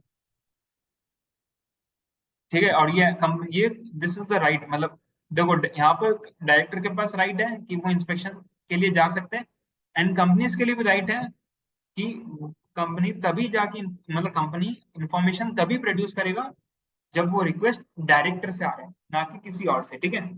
तो राइट कंपनी को भी दिया गया, राइट डायरेक्टर को भी दिया गया, दोनों को दिया है, ठीक है। डायरेक्टर को ये राइट है कि आप रिक्वेस्ट मांग सकते हैं, आप इंस्पेक्शन कर सकते हैं। कंपनी को ये राइट है कि आप ये रिक्वेस्ट, ये इंफॉर्मेशन जो है, ये आप डायरेक्टर को ही दोगे, ठीक है। मतलब जो डायरेक्टर रिक्वेस्ट कर रहा है आप उसको दोगे, एंड वो रिक्वेस्ट डायरेक्टर से आना चाहिए, ठीक है, ना कि उसका कोई थर्ड पर्सन जो उसको रिप्रेजेंट कर रहा है उससे नहीं, ठीक है। तो ये चीज आपको याद रखना। तो ये चीज आपका सेक्शन, ये चीज भी मैंने कवर कर लिया, ठीक है। तो दिस इज बेसिकली ये आपका इंस्पेक्शन वाला सेक्शन है, ठीक है। अब चलते हैं, अब इसमें मैं एक और सबसेक्शन है, मैं यही कवर कर लेता हूँ। बहुत सिंपल सबसेक्शन है असिस्टेंस वाला, इसको मैं यहाँ लिख देता हूँ, ठीक है। आई होप आप लोग को मजा आ रहा है क्लासेस में, क्योंकि मैं प्रैक्टिकली भी आपको समझा रहा हूँ, प्लस प्लस मैं वो कीवर्ड्स भी लिख रहा हूँ जो एक्ट में है, ठीक है। ऐसा नहीं है कि मैं आई am writing my own words, मैं वही वर्ड्स लिख रहा हूँ जो एक्ट में है, एंड प्लस मैं आपको प्रैक्टिकली भी एक्सप्लेन कर रहा हूँ। तो असिस्टेंस में क्या है कि जो भी इंफॉर्मेशन डायरेक्टर्स को चाहिए ना, उसमें उस इंफॉर्मेशन को लेने में जो कंपनीज का जो एम्प्लॉयज है, कंपनीज के जो एम्प्लॉयज है, ठीक है, आई am writing it in short, employees and company में जो जो भी ऑफिसर्स हैं, ठीक है, they will provide assistance in taking those information, ठीक है। वो इंफॉर्मेशन निकालने के लिए एम्प्लॉय और ऑफिसर्स, दे विल हेल्प, मतलब वो लोग हेल्प करेगा कंपनीज को, मतलब कंपनी को, टू प्रोड्यूस दोज इंफॉर्मेशन, ठीक है। तो कहने का मतलब ये है कि डायरेक्टर इंफॉर्मेशन रिक्वेस्ट कर, मतलब वो रिक्वेस्ट अपना प्लेस करेगा कंपनी को। कंपनी क्या करता है, कंपनी तो आर्टिफिशियल पर्सन है ना, कंपनी किसके ऊपर डिपेंड होगा, एम्प्लॉय के ऊपर। तो वो जो एम्प्लॉय है और जो ऑफिसर्स है, वो लोग हेल्प करेंगे, वो लोग full, they will provide full assistance and full support in providing those information, ठीक है। यहाँ मैं लिख देता हूँ, मतलब फुल असिस्टेंस देंगे and full support in producing those information, ठीक है। I hope it is crystal clear. और मजा भी आ रहा होगा आपको, बहुत सिंपल है, मतलब मैं, this is a simple way, मतलब इससे सिंपल और हो नहीं सकता, ठीक है। और मैं एक बार और आपको ब्रीफ कर दूंगा एवरी सेक्शन, ठीक है, जब मेरा कंप्लीट हो जाएगा तब, सो दैट एक रिवीजन भी हो जाए, ठीक है, तुरंत का तुरंत रिवीजन भी हो जाएगा, तो उससे क्या होगा, रिटेंशन भी हो जाएगा आपका, ठीक है। तो असिस्टेंस बेसिकली कौन प्रोवाइड करेगा, employees and office of the company, they will provide assistant support in producing those information, ठीक है।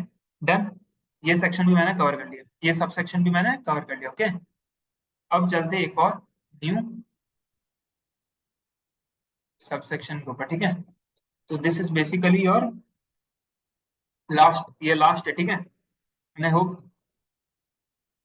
अभी तक मैंने जो भी बोला आपको समझ में आ रहा है, ठीक है। तो ये आपका रिस्पॉन्सिबिलिटी है,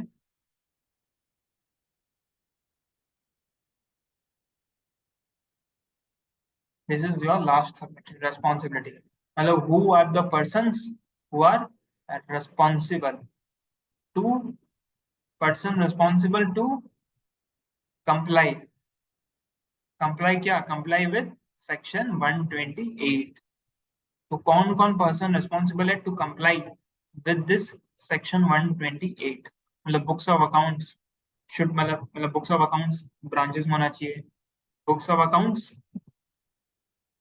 अवेलेबल फॉर इंस्पेक्शन होना चाहिए, books of accounts electronic form अगर होगा तो किस फॉर्मेट में होना चाहिए, books of accounts true and fair भी होना चाहिए, अक्रूवल बेसिस में होना चाहिए, डबल एंट्री सिस्टम होना चाहिए, ठीक है। तो ये रिस्पॉन्सिबिलिटी है।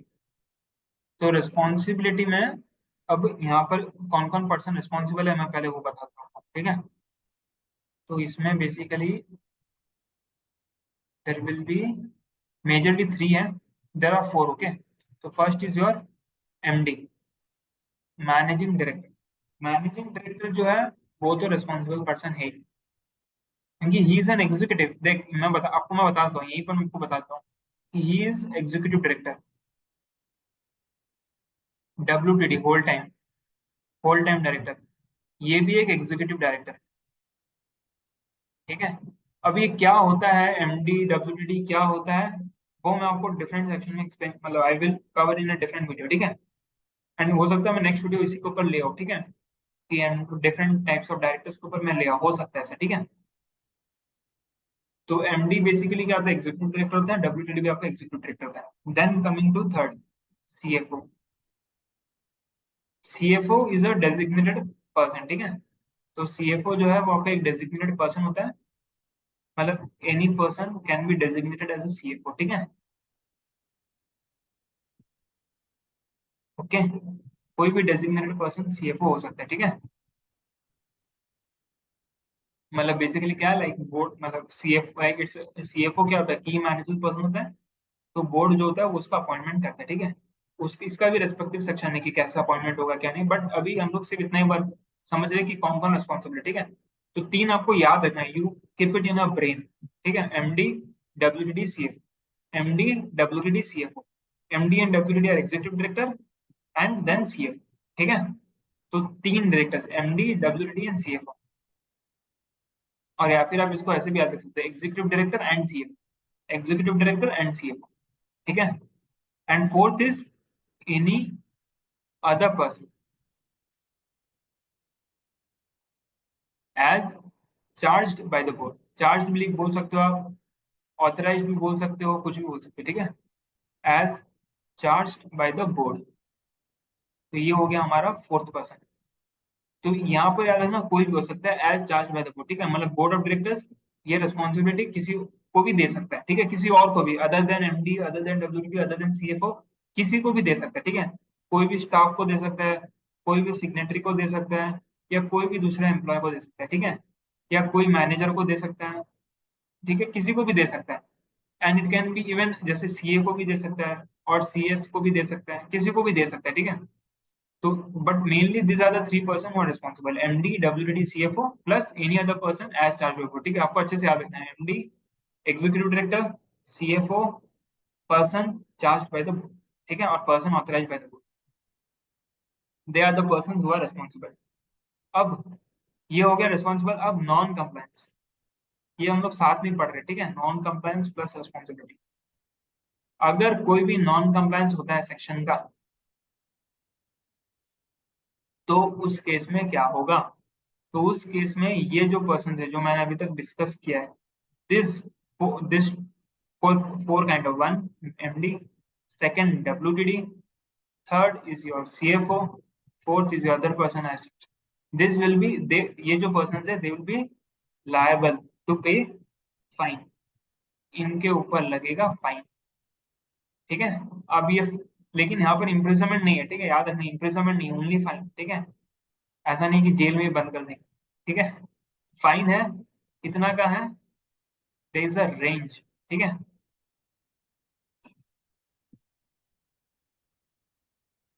तो ये आपका रेंज है, ठीक है।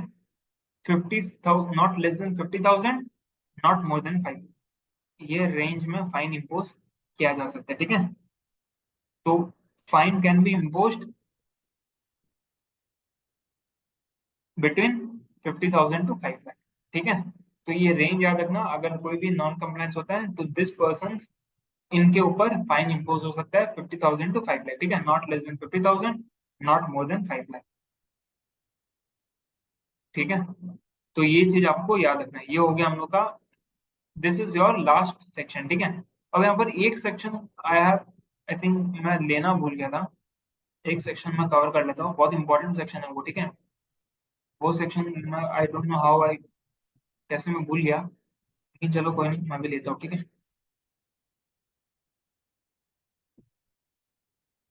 तो यहाँ पर बुक्स ऑफ अकाउंट्स, हाँ ये होता है आपका, कौन सा आपको याद, आई थिंक आपको याद होगा, ये जो मैंने बोला था, टाइम, मतलब टाइम पीरियड आप लिख सकते हैं यहाँ पर, ठीक है। Time period for which books of accounts shall be kept, ठीक है।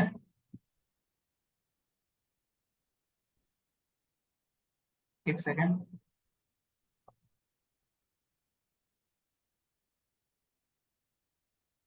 ठीक है। तो ये हो गया मेरा time period for which books of accounts shall be kept. तो ये मेरा कितना होना चाहिए, ठीक है।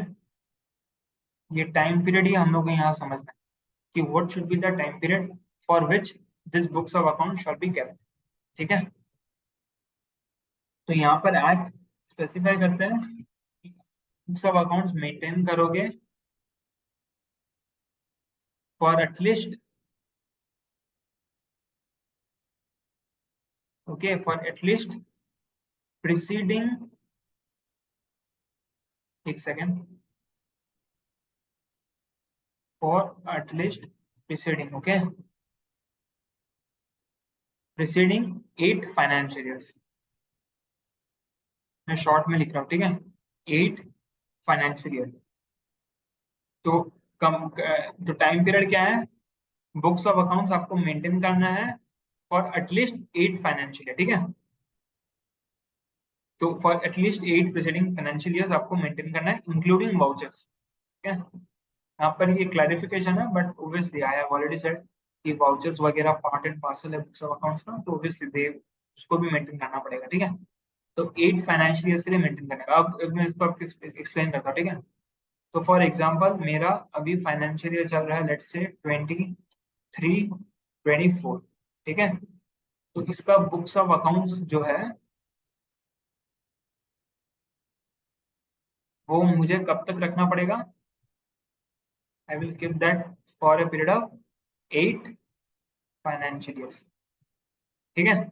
तो 24-25, 25-26, 26-27, 27-28, ऐसे करते करते टिल 8th फाइनेंशियल ईयर, ठीक है। तो ये जो बुक्स है हमें 8 फाइनेंशियल ईयर्स के लिए मेंटेन करना है, ठीक है।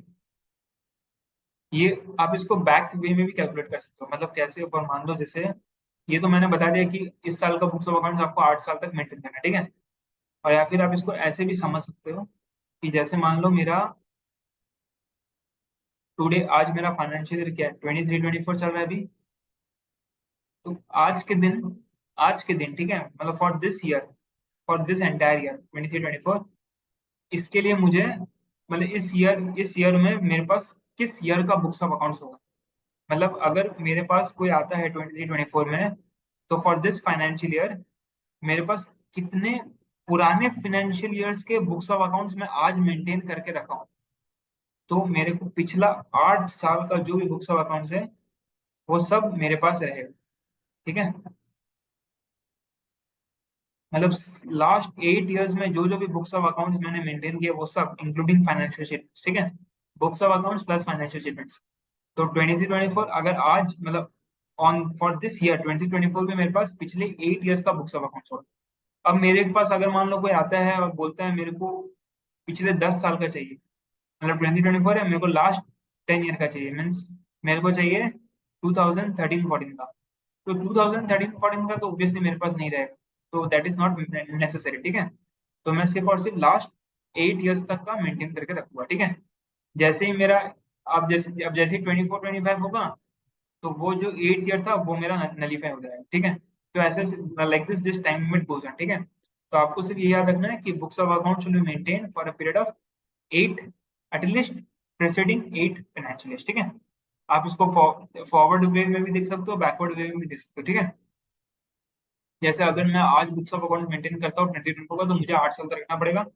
और अगर मेरे पास कोई आता है तो मैं उसको बुक्स ऑफ अकाउंट दे सकता हूँ पिछले 8 साल होगा, उससे ज्यादा नहीं। ठीक है, पिछले 8 एटलीस्ट, उससे ज्यादा मैं रख सकता हूँ no doubt, but at least 8 years का तो आपको रखना ही है। ठीक है, आप ये नहीं बोल सकते मैंने सिर्फ 5 ईयर्स का रखा, एटलीस्ट 8 ईयर्स। ठीक है, you can maintain it for 10 years, you can maintain as you want. ठीक है, बट एटलीस्ट 8 ईयर्स तो कंपल्सरी है एज पर कंपनीज एक्ट। ठीक है, this years this differs from act to act. GST में you will see a different time limit, income tax में you will see a different time limit. ठीक है, so but अभी हम सिर्फ companies act का डील कर रहे हैं, तो this will be maintain for a period of 8 financial. ठीक है, ये बहुत इंपॉर्टेंट है। तो ये हो गया हम लोग का टाइम लिमिट।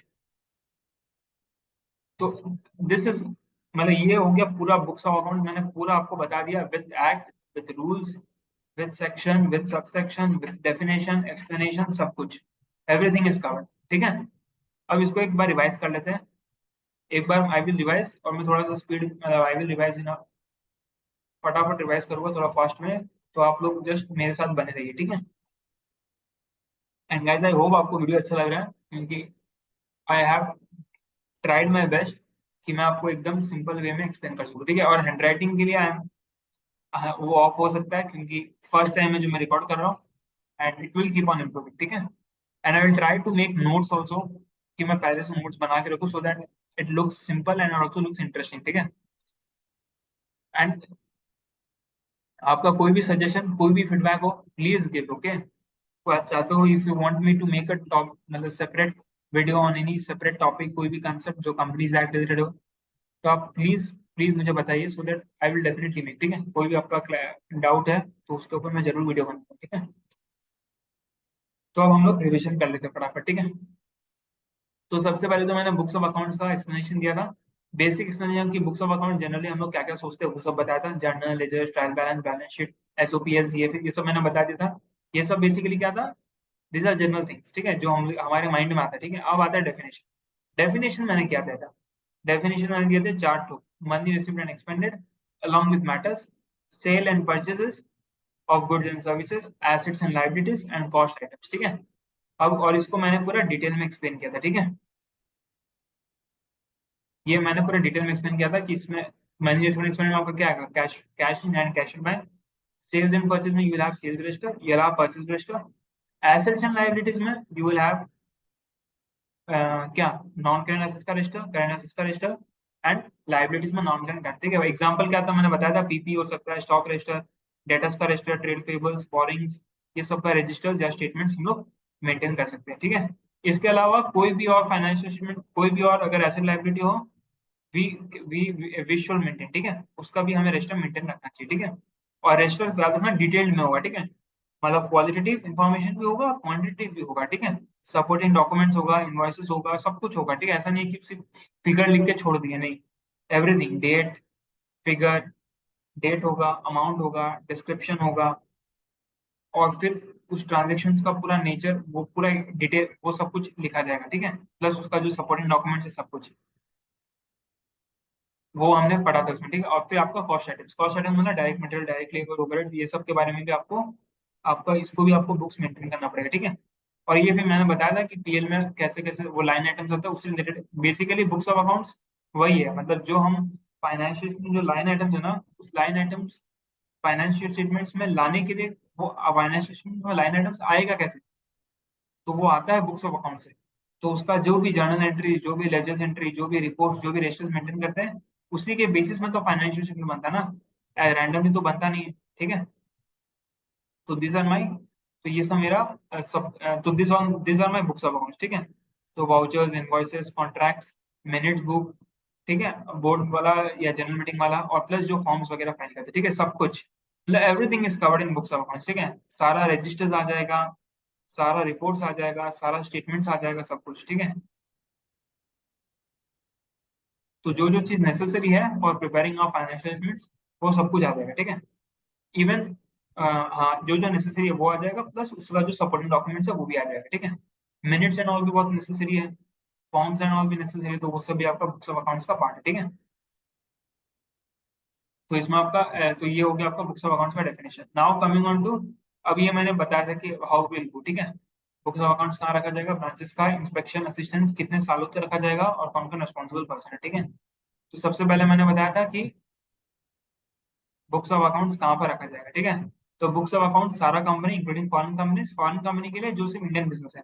और इंडियन बिजनेस में भी याद रखना कि ये लोग अपना, फॉरेन कंपनी अपना बुक्स ऑफ अकाउंट्स कहाँ पर रखता है, ये मैं आई थिंक ये लोग क्या रखना, they maintain it at their principal place of business. ठीक है, फॉरेन कंपनी अपना books of accounts principal place of business में रखता है। ठीक है, नॉट उनका registered office basically outside India होता है, क्योंकि फॉरेन कंपनी है, तो उनका आउटसाइड इंडिया, तो therefore they maintain the books of accounts at principal place of business. ठीक है, if they also want they can also keep it at any other places, is they if they want. ठीक है, तो ये चीज हाँ, तो ये चीज डिसाइड किया, ये चीज मैंने बताया था आपको। ठीक है, तो फॉरेन कंपनी अपना books of account principal place of business में रखेगा, इंडियन कंपनी अपना books of account registered office में रखेगी। ठीक है, एंड ना कि ब्रांच ऑफिस, ना कि कॉर्पोरेट ऑफिस। ठीक है, और रजिस्टर्ड ऑफिस क्या होता है वो भी मैंने आपको समझा दिया था, कि आपको पता ही होगा। एंड बुक्स ऑफ अकाउंट्स कैसे होना चाहिए, ट्रू एंड वेरी होना चाहिए, अक्रूवल बेसिस में होना चाहिए, एंड डबल एंट्री। ठीक है, बुक्स ऑफ अकाउंट्स आप दूसरे केस में रख सकते हो other than registered office, yes you can give as board of directors may decide, and कोई भी डिसीजन जो बोर्ड ऑफ डायरेक्टर्स लेगा that should be intimated to ROC with in a period of 7 days from the date of taking decision. मतलब जो resolve, मतलब ये मैंने बताया था, बोर्ड मीटिंग मिनट होगा, रिजोल्यूशन पास होगा कि we are keeping books of accounts at this particular place, और वो रेजोल्यूशन जो पास होगा वहां से 7 days के भीतर भीतर आरओसी को इंटीमेट किया जाएगा, इन्फॉर्म एओसी में। कौन इंटीमेट करेगा, कंपनी इंटीमेट करेगा, किसको करेगा, आरओसी को करेगा, कितना दिन में, 7 days में, और किस फॉर्म में करेगा, एओसी फाइल। ठीक है, तो ये भी मैंने कवर कर लिया था। ओके, अब आते हैं अब this is where it should be kept. ठीक है, ये मैंने पूरा डिटेल में आपको कवर कर लिया। ठीक है, अब ब्रांचेस के लिए मैंने बताया था कि ब्रांचेस, इन ब्रांचेस का कैसे बुक्स ऑफ अकाउंट मेंटेन होगा, तो वो लोग ब्रांचेस चाहे तो अपना ट्रांजेक्शन्स ब्रांच लेवल में रिकॉर्ड करेगा, बुक्स ऑफ अकाउंट भी ब्रांच लेवल में रिकॉर्ड करेगा। बस उनको करना है कि उनको अपना समराइज रिटर्न्स पीरियडिकली सेंड करना है टू द रजिस्टर्ड ऑफिस। ठीक है, अगर आउटसाइड इंडिया है तो उनको तो क्वार्टरली है, और अगर इन इंडिया है तो periodically means it is as per the companies policies. ठीक है, क्वार्टरली भी हो सकता है, वीकली हो सकता है, मंथली हो सकता है, कैसे, but periodically it should B. ठीक है, ऐसा नहीं है कि आप 2 साल 3 साल में दे रहे हो, पीरियडिकली यू शुड सेंड। ठीक है, ऐसा भी नहीं कि अब ईयरली दे रहे हो, नहीं, आपका मतलब इट शुड बी मंथली, और it can B quarterly also. ठीक है, तो वह जनरली कंपनीज का वही पॉलिसी होता है, they generally keep it quarterly. और वो लोग क्या करते हैं ना, बेसिकली आप प्रैक्टिकली देखोगे तो कुछ रिपोर्ट्स के लिए क्वार्टरली कर देंगे, कुछ रिपोर्ट्स के लिए वीकली कर देंगे, एंड कुछ रिपोर्ट्स के लिए मंथली कर देंगे, तो ऐसे करते हैं। ठीक है, और आउटसाइड इंडिया तो क्वार्टरली। अब बुक्स ऑफ अकाउंट्स कैसे मेंटेन कर सकते हैं, फिजिकली तो मेंटेन कर ही सकते हैं, बट इलेक्ट्रॉनिक फॉर्म में भी मेंटेन कर सकते हैं। ठीक है, और सॉफ्टवेयर मैंने आपको बता दिया, सैप, टेली, इकोबिन। ठीक है, और ये सर्वर में भी हो सकता है, क्लाउड बेसिस में भी हो सकता है। अब रूल्स क्या था अकाउंटिंग, अगर आप अकाउंटिंग सॉफ्टवेयर मेंटेन कर रहे हो तो रूल्स तो होगा, मतलब कैसे मेंटेन करोगे अकाउंटिंग सॉफ्टवेयर, सो दैट अगर कोई पर्सन चाहे तो he can easily get an access, मतलब he can easily understand the information. ठीक है, तो फर्स्ट को जो भी सॉफ्टवेयर है वो बेसिकली जहाँ पर आप मेंटेन करो it should be accessible in India at any point of time. Second, जो भी इन्फॉर्मेशन हम रिटेन कर रहे हैं, ठीक है, जिस फॉर्मेट में रिटेन कर रहे हैं वो ओरिजिनल होना चाहिए, कंप्लीट होना चाहिए, and should not be altered. ठीक है, second, you should be in readable format, मतलब एक्सेल में होना चाहिए, या इन एनी अदर, या फिर अगर कोई अदर फाइल है तो अदर फाइल जो रीडेबल है वो होना चाहिए। ठीक है, तो शुड, मतलब it should be in a readable format. ठीक है, और फिर उसके बाद स्टोरेज, उसका प्रॉपर स्टोरेज, प्रॉपर रिट्रीवल, वो सभी कंपनीज को चेक करना पड़ता है, ठीक है। दे शुड एंश्योर कि प्रॉपर स्टोर हो रहा है, प्रॉपर रिट्रीव हो रहा है, ठीक है। एंड देन बैकअप, जो भी इंफॉर्मेशन मेंटेन कर रहे हैं, जो भी ट्रांजेक्शन, जो भी हम एंट्रीज वगैरह पास कर रहे हैं, उसका बैकअप भी हमें रखना पड़ेगा in servers which are located in India, ठीक है। एंड बहुत बार क्या होता है, वी कैन ऑल्सो आउटसोर्स। अब बहुत बार क्या होता है कि कोई पर्टिकुलर अकाउंटिंग फंक्शन कंपनीज क्या करते हैं, they outsource it to any third party, ठीक है। तो वो लोग भी तो उसमें क्या होता है कि वो जो थर्ड पार्टी जिनको हम आउटसोर्स करते हैं ना, वो अपना सॉफ्टवेयर मेंटेन करते हैं। तो दैट इज ऑल्सो परमिसिबल, ठीक है, they can outsource, but this rules should be satisfied, मतलब एक्सेसिबल होना चाहिए, रीडेबल होना चाहिए, बैकअप होना चाहिए, ठीक है। अब होता है ऑडिट ट्रेल। ऑडिट ट्रेल मैंने आपको पूरा डिस्कस किया था डिटेल में कि क्या होता है। तो ऑडिट ट्रेल किसका हमें रखना है, ईच एंड एवरी ट्रांजेक्शन का रखना है audit trail, plus edit log रखना है। एडिट लॉग मतलब कब ये चेंज हुआ, किसने चेंज किया, और नेचर ऑफ चेंज, ठीक है। एंड थर्ड, कि ऑडिट ट्रेल परमानेंटली एनेबल होगा, ठीक है। एंड फोर्थ है कि फाइनेंशियल स्टेटमेंट जो है वो हम लोग फाइल करते हैं आरओसी को, ठीक है। और वो आरओसी को जो हम फाइल करेंगे एओसी फॉर्म में, उस एओसी फॉर्म में भी हम पूरा का पूरा डिटेल देंगे, ठीक है। अगर आप देखोगे तो पूरा का पूरा हमें डिटेल देना पड़ेगा, ठीक है। और उस डिटेल में हमारा क्या क्या होगा, बेसिकली नेम, मतलब नेम और सर्विस प्रोवाइडर होगा आपका। उसके बाद आपका उसका आईपी एड्रेस होगा, और साथ में उसका लोकेशन होगा, ठीक है। तो ये सब चीज हम लोग उसमें प्रोवाइड करते हैं, ठीक है।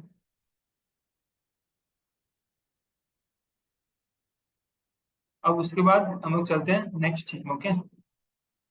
तो नेक्स्ट थिंग क्या है कि ये तो हो गया हम लोग का, मतलब ये बेसिकली जो हम यूसी फॉर्म में जो फाइल करते हैं उसमें कंपनी आरओसी को इंटीमेट करेगा ये सब चीज, name of service, IP address and location.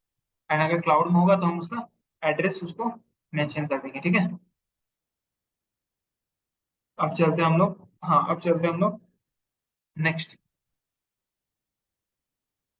तो नेक्स्ट में क्या है, ये तो आपको समझ में आ गया, ठीक है। अब आता है इंस्पेक्शन। इंस्पेक्शन में बोला राइट किसके पास है, सिर्फ और सिर्फ डायरेक्टर के पास राइट है, एनी डायरेक्टर, ओनली डायरेक्टर, ठीक है। कब इंस्पेक्शन कर सकता है, अगर इंडिया में ब्रांच है तो उसका बिजनेस हाउस में कर सकता है। अगर इंडिया के बाहर है, ठीक है, अगर रजिस्टर्ड ऑफिस में बुक्स है तब तो बहुत सिंपल है, तब तो वो कैसे भी कर सकता है, ठीक है। वो लेकिन ड्यूरिंग बिजनेस आवर्स, ऐसा नहीं है कि बिजनेस आवर्स नहीं, it should B during business hours, ठीक है। और अगर आउटसाइड इंडिया तो अगर तो उस केस में उसको रिक्वेस्ट प्लेस करना पड़ेगा कंपनी को, फुल डिटेल पीरियड बताना पड़ेगा, और कंपनी वो रिक्वेस्ट को लेगा and then they will produce information with in a period of 15 days, ठीक है। कहाँ से, from the date of receipt of such request. और वो रिक्वेस्ट कौन देगा, सिर्फ और सिर्फ डायरेक्टर, ना कि उसका एजेंट, ना कि उसका रिप्रेजेंटेटिव, ना कि उसका पीओ होल्डर, ठीक है। अब आता है असिस्टेंस। असिस्टेंस में मैं ऑलरेडी बोल चुका हूँ, असिस्टेंट मतलब एम्प्लॉयज प्लस ऑफिसर्स, वो लोग फुल असिस्टेंट और फुल सपोर्ट प्रोवाइड करेगा in producing those information as requested by the time, ठीक है। ये भी मैं बता दिया था। फिर रिस्पॉन्सिबिलिटी ऑलरेडी बोल चुका था, MD, WD, CFO plus any other person as charge by the board, this will be responsible to comply with this section 128। और अगर कोई नॉन कंप्लायंस होता है तो fine will be 50,000 to 5 lakh rupees, ठीक है। ये भी बहुत सिंपल है। उसके बाद फिर आता है आपका, उसके बाद आता है फाइन कितना होगा, 50,000 टू 5 लाख, ये मैंने ऑलरेडी डिस्कस कर लिया, ठीक है। अब चलते हैं time period. Books of account should maintain for period of 8 financial years, ठीक है। एटलीस्ट आपको 8 फाइनेंशियल ईयर्स का मेंटेन करना ही पड़ेगा, एटलीस्ट प्रीसीडिंग 8 फाइनेंशियल, ठीक है, इंक्लूडिंग ऑल्सो, ठीक है। अच्छा, इसमें एक और पॉइंट है, एक और एक्सेप्शन है, ठीक है, मैं ऐड कर देता हूँ, I might have missed out. अगर मान लो कोई इन केस, ये मैं लिख देता हूँ, ठीक है, यहीं पर, simple, it's nothing big. In case of company in existence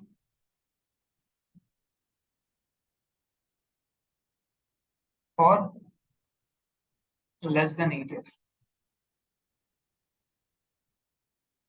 ठीक है। तो अगर कोई कंपनी इसका एग्जिस्टेंस लेस देन 8 ईयर्स है तो उस केस में क्या है? यहाँ पर मैं बोल रहा हूँ 8 फाइनेंशियल ईयर, ठीक है। लेकिन अगर मान लो कोई कंपनी जिसका एग्जिस्टेंस ही लेस देन 8 ईयर, तो उस केस में फिर क्या होगा, तो उस केस में तो उस केस में कंपनी अपना बुक्स ऑफ अकाउंट्स प्लस जो भी फाइनेंशियल स्टेटमेंट्स है वो सब for the entire, for all those years, for all presiding, ठीक है।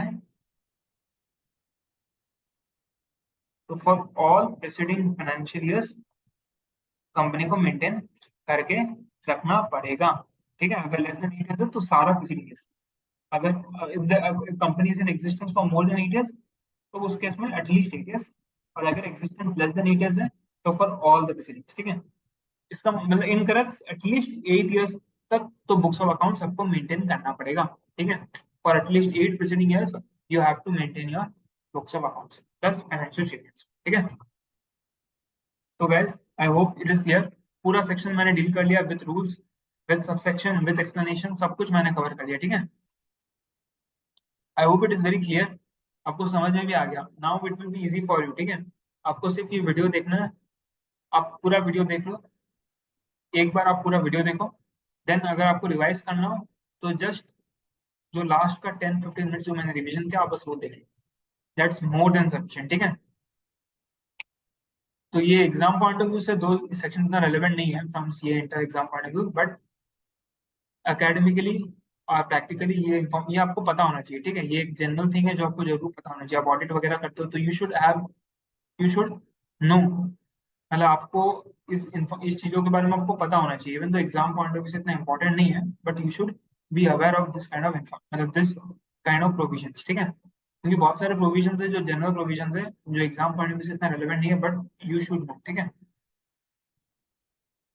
क्योंकि प्रैक्टिकली ये सब प्रोविजंस काम आ जाते हैं।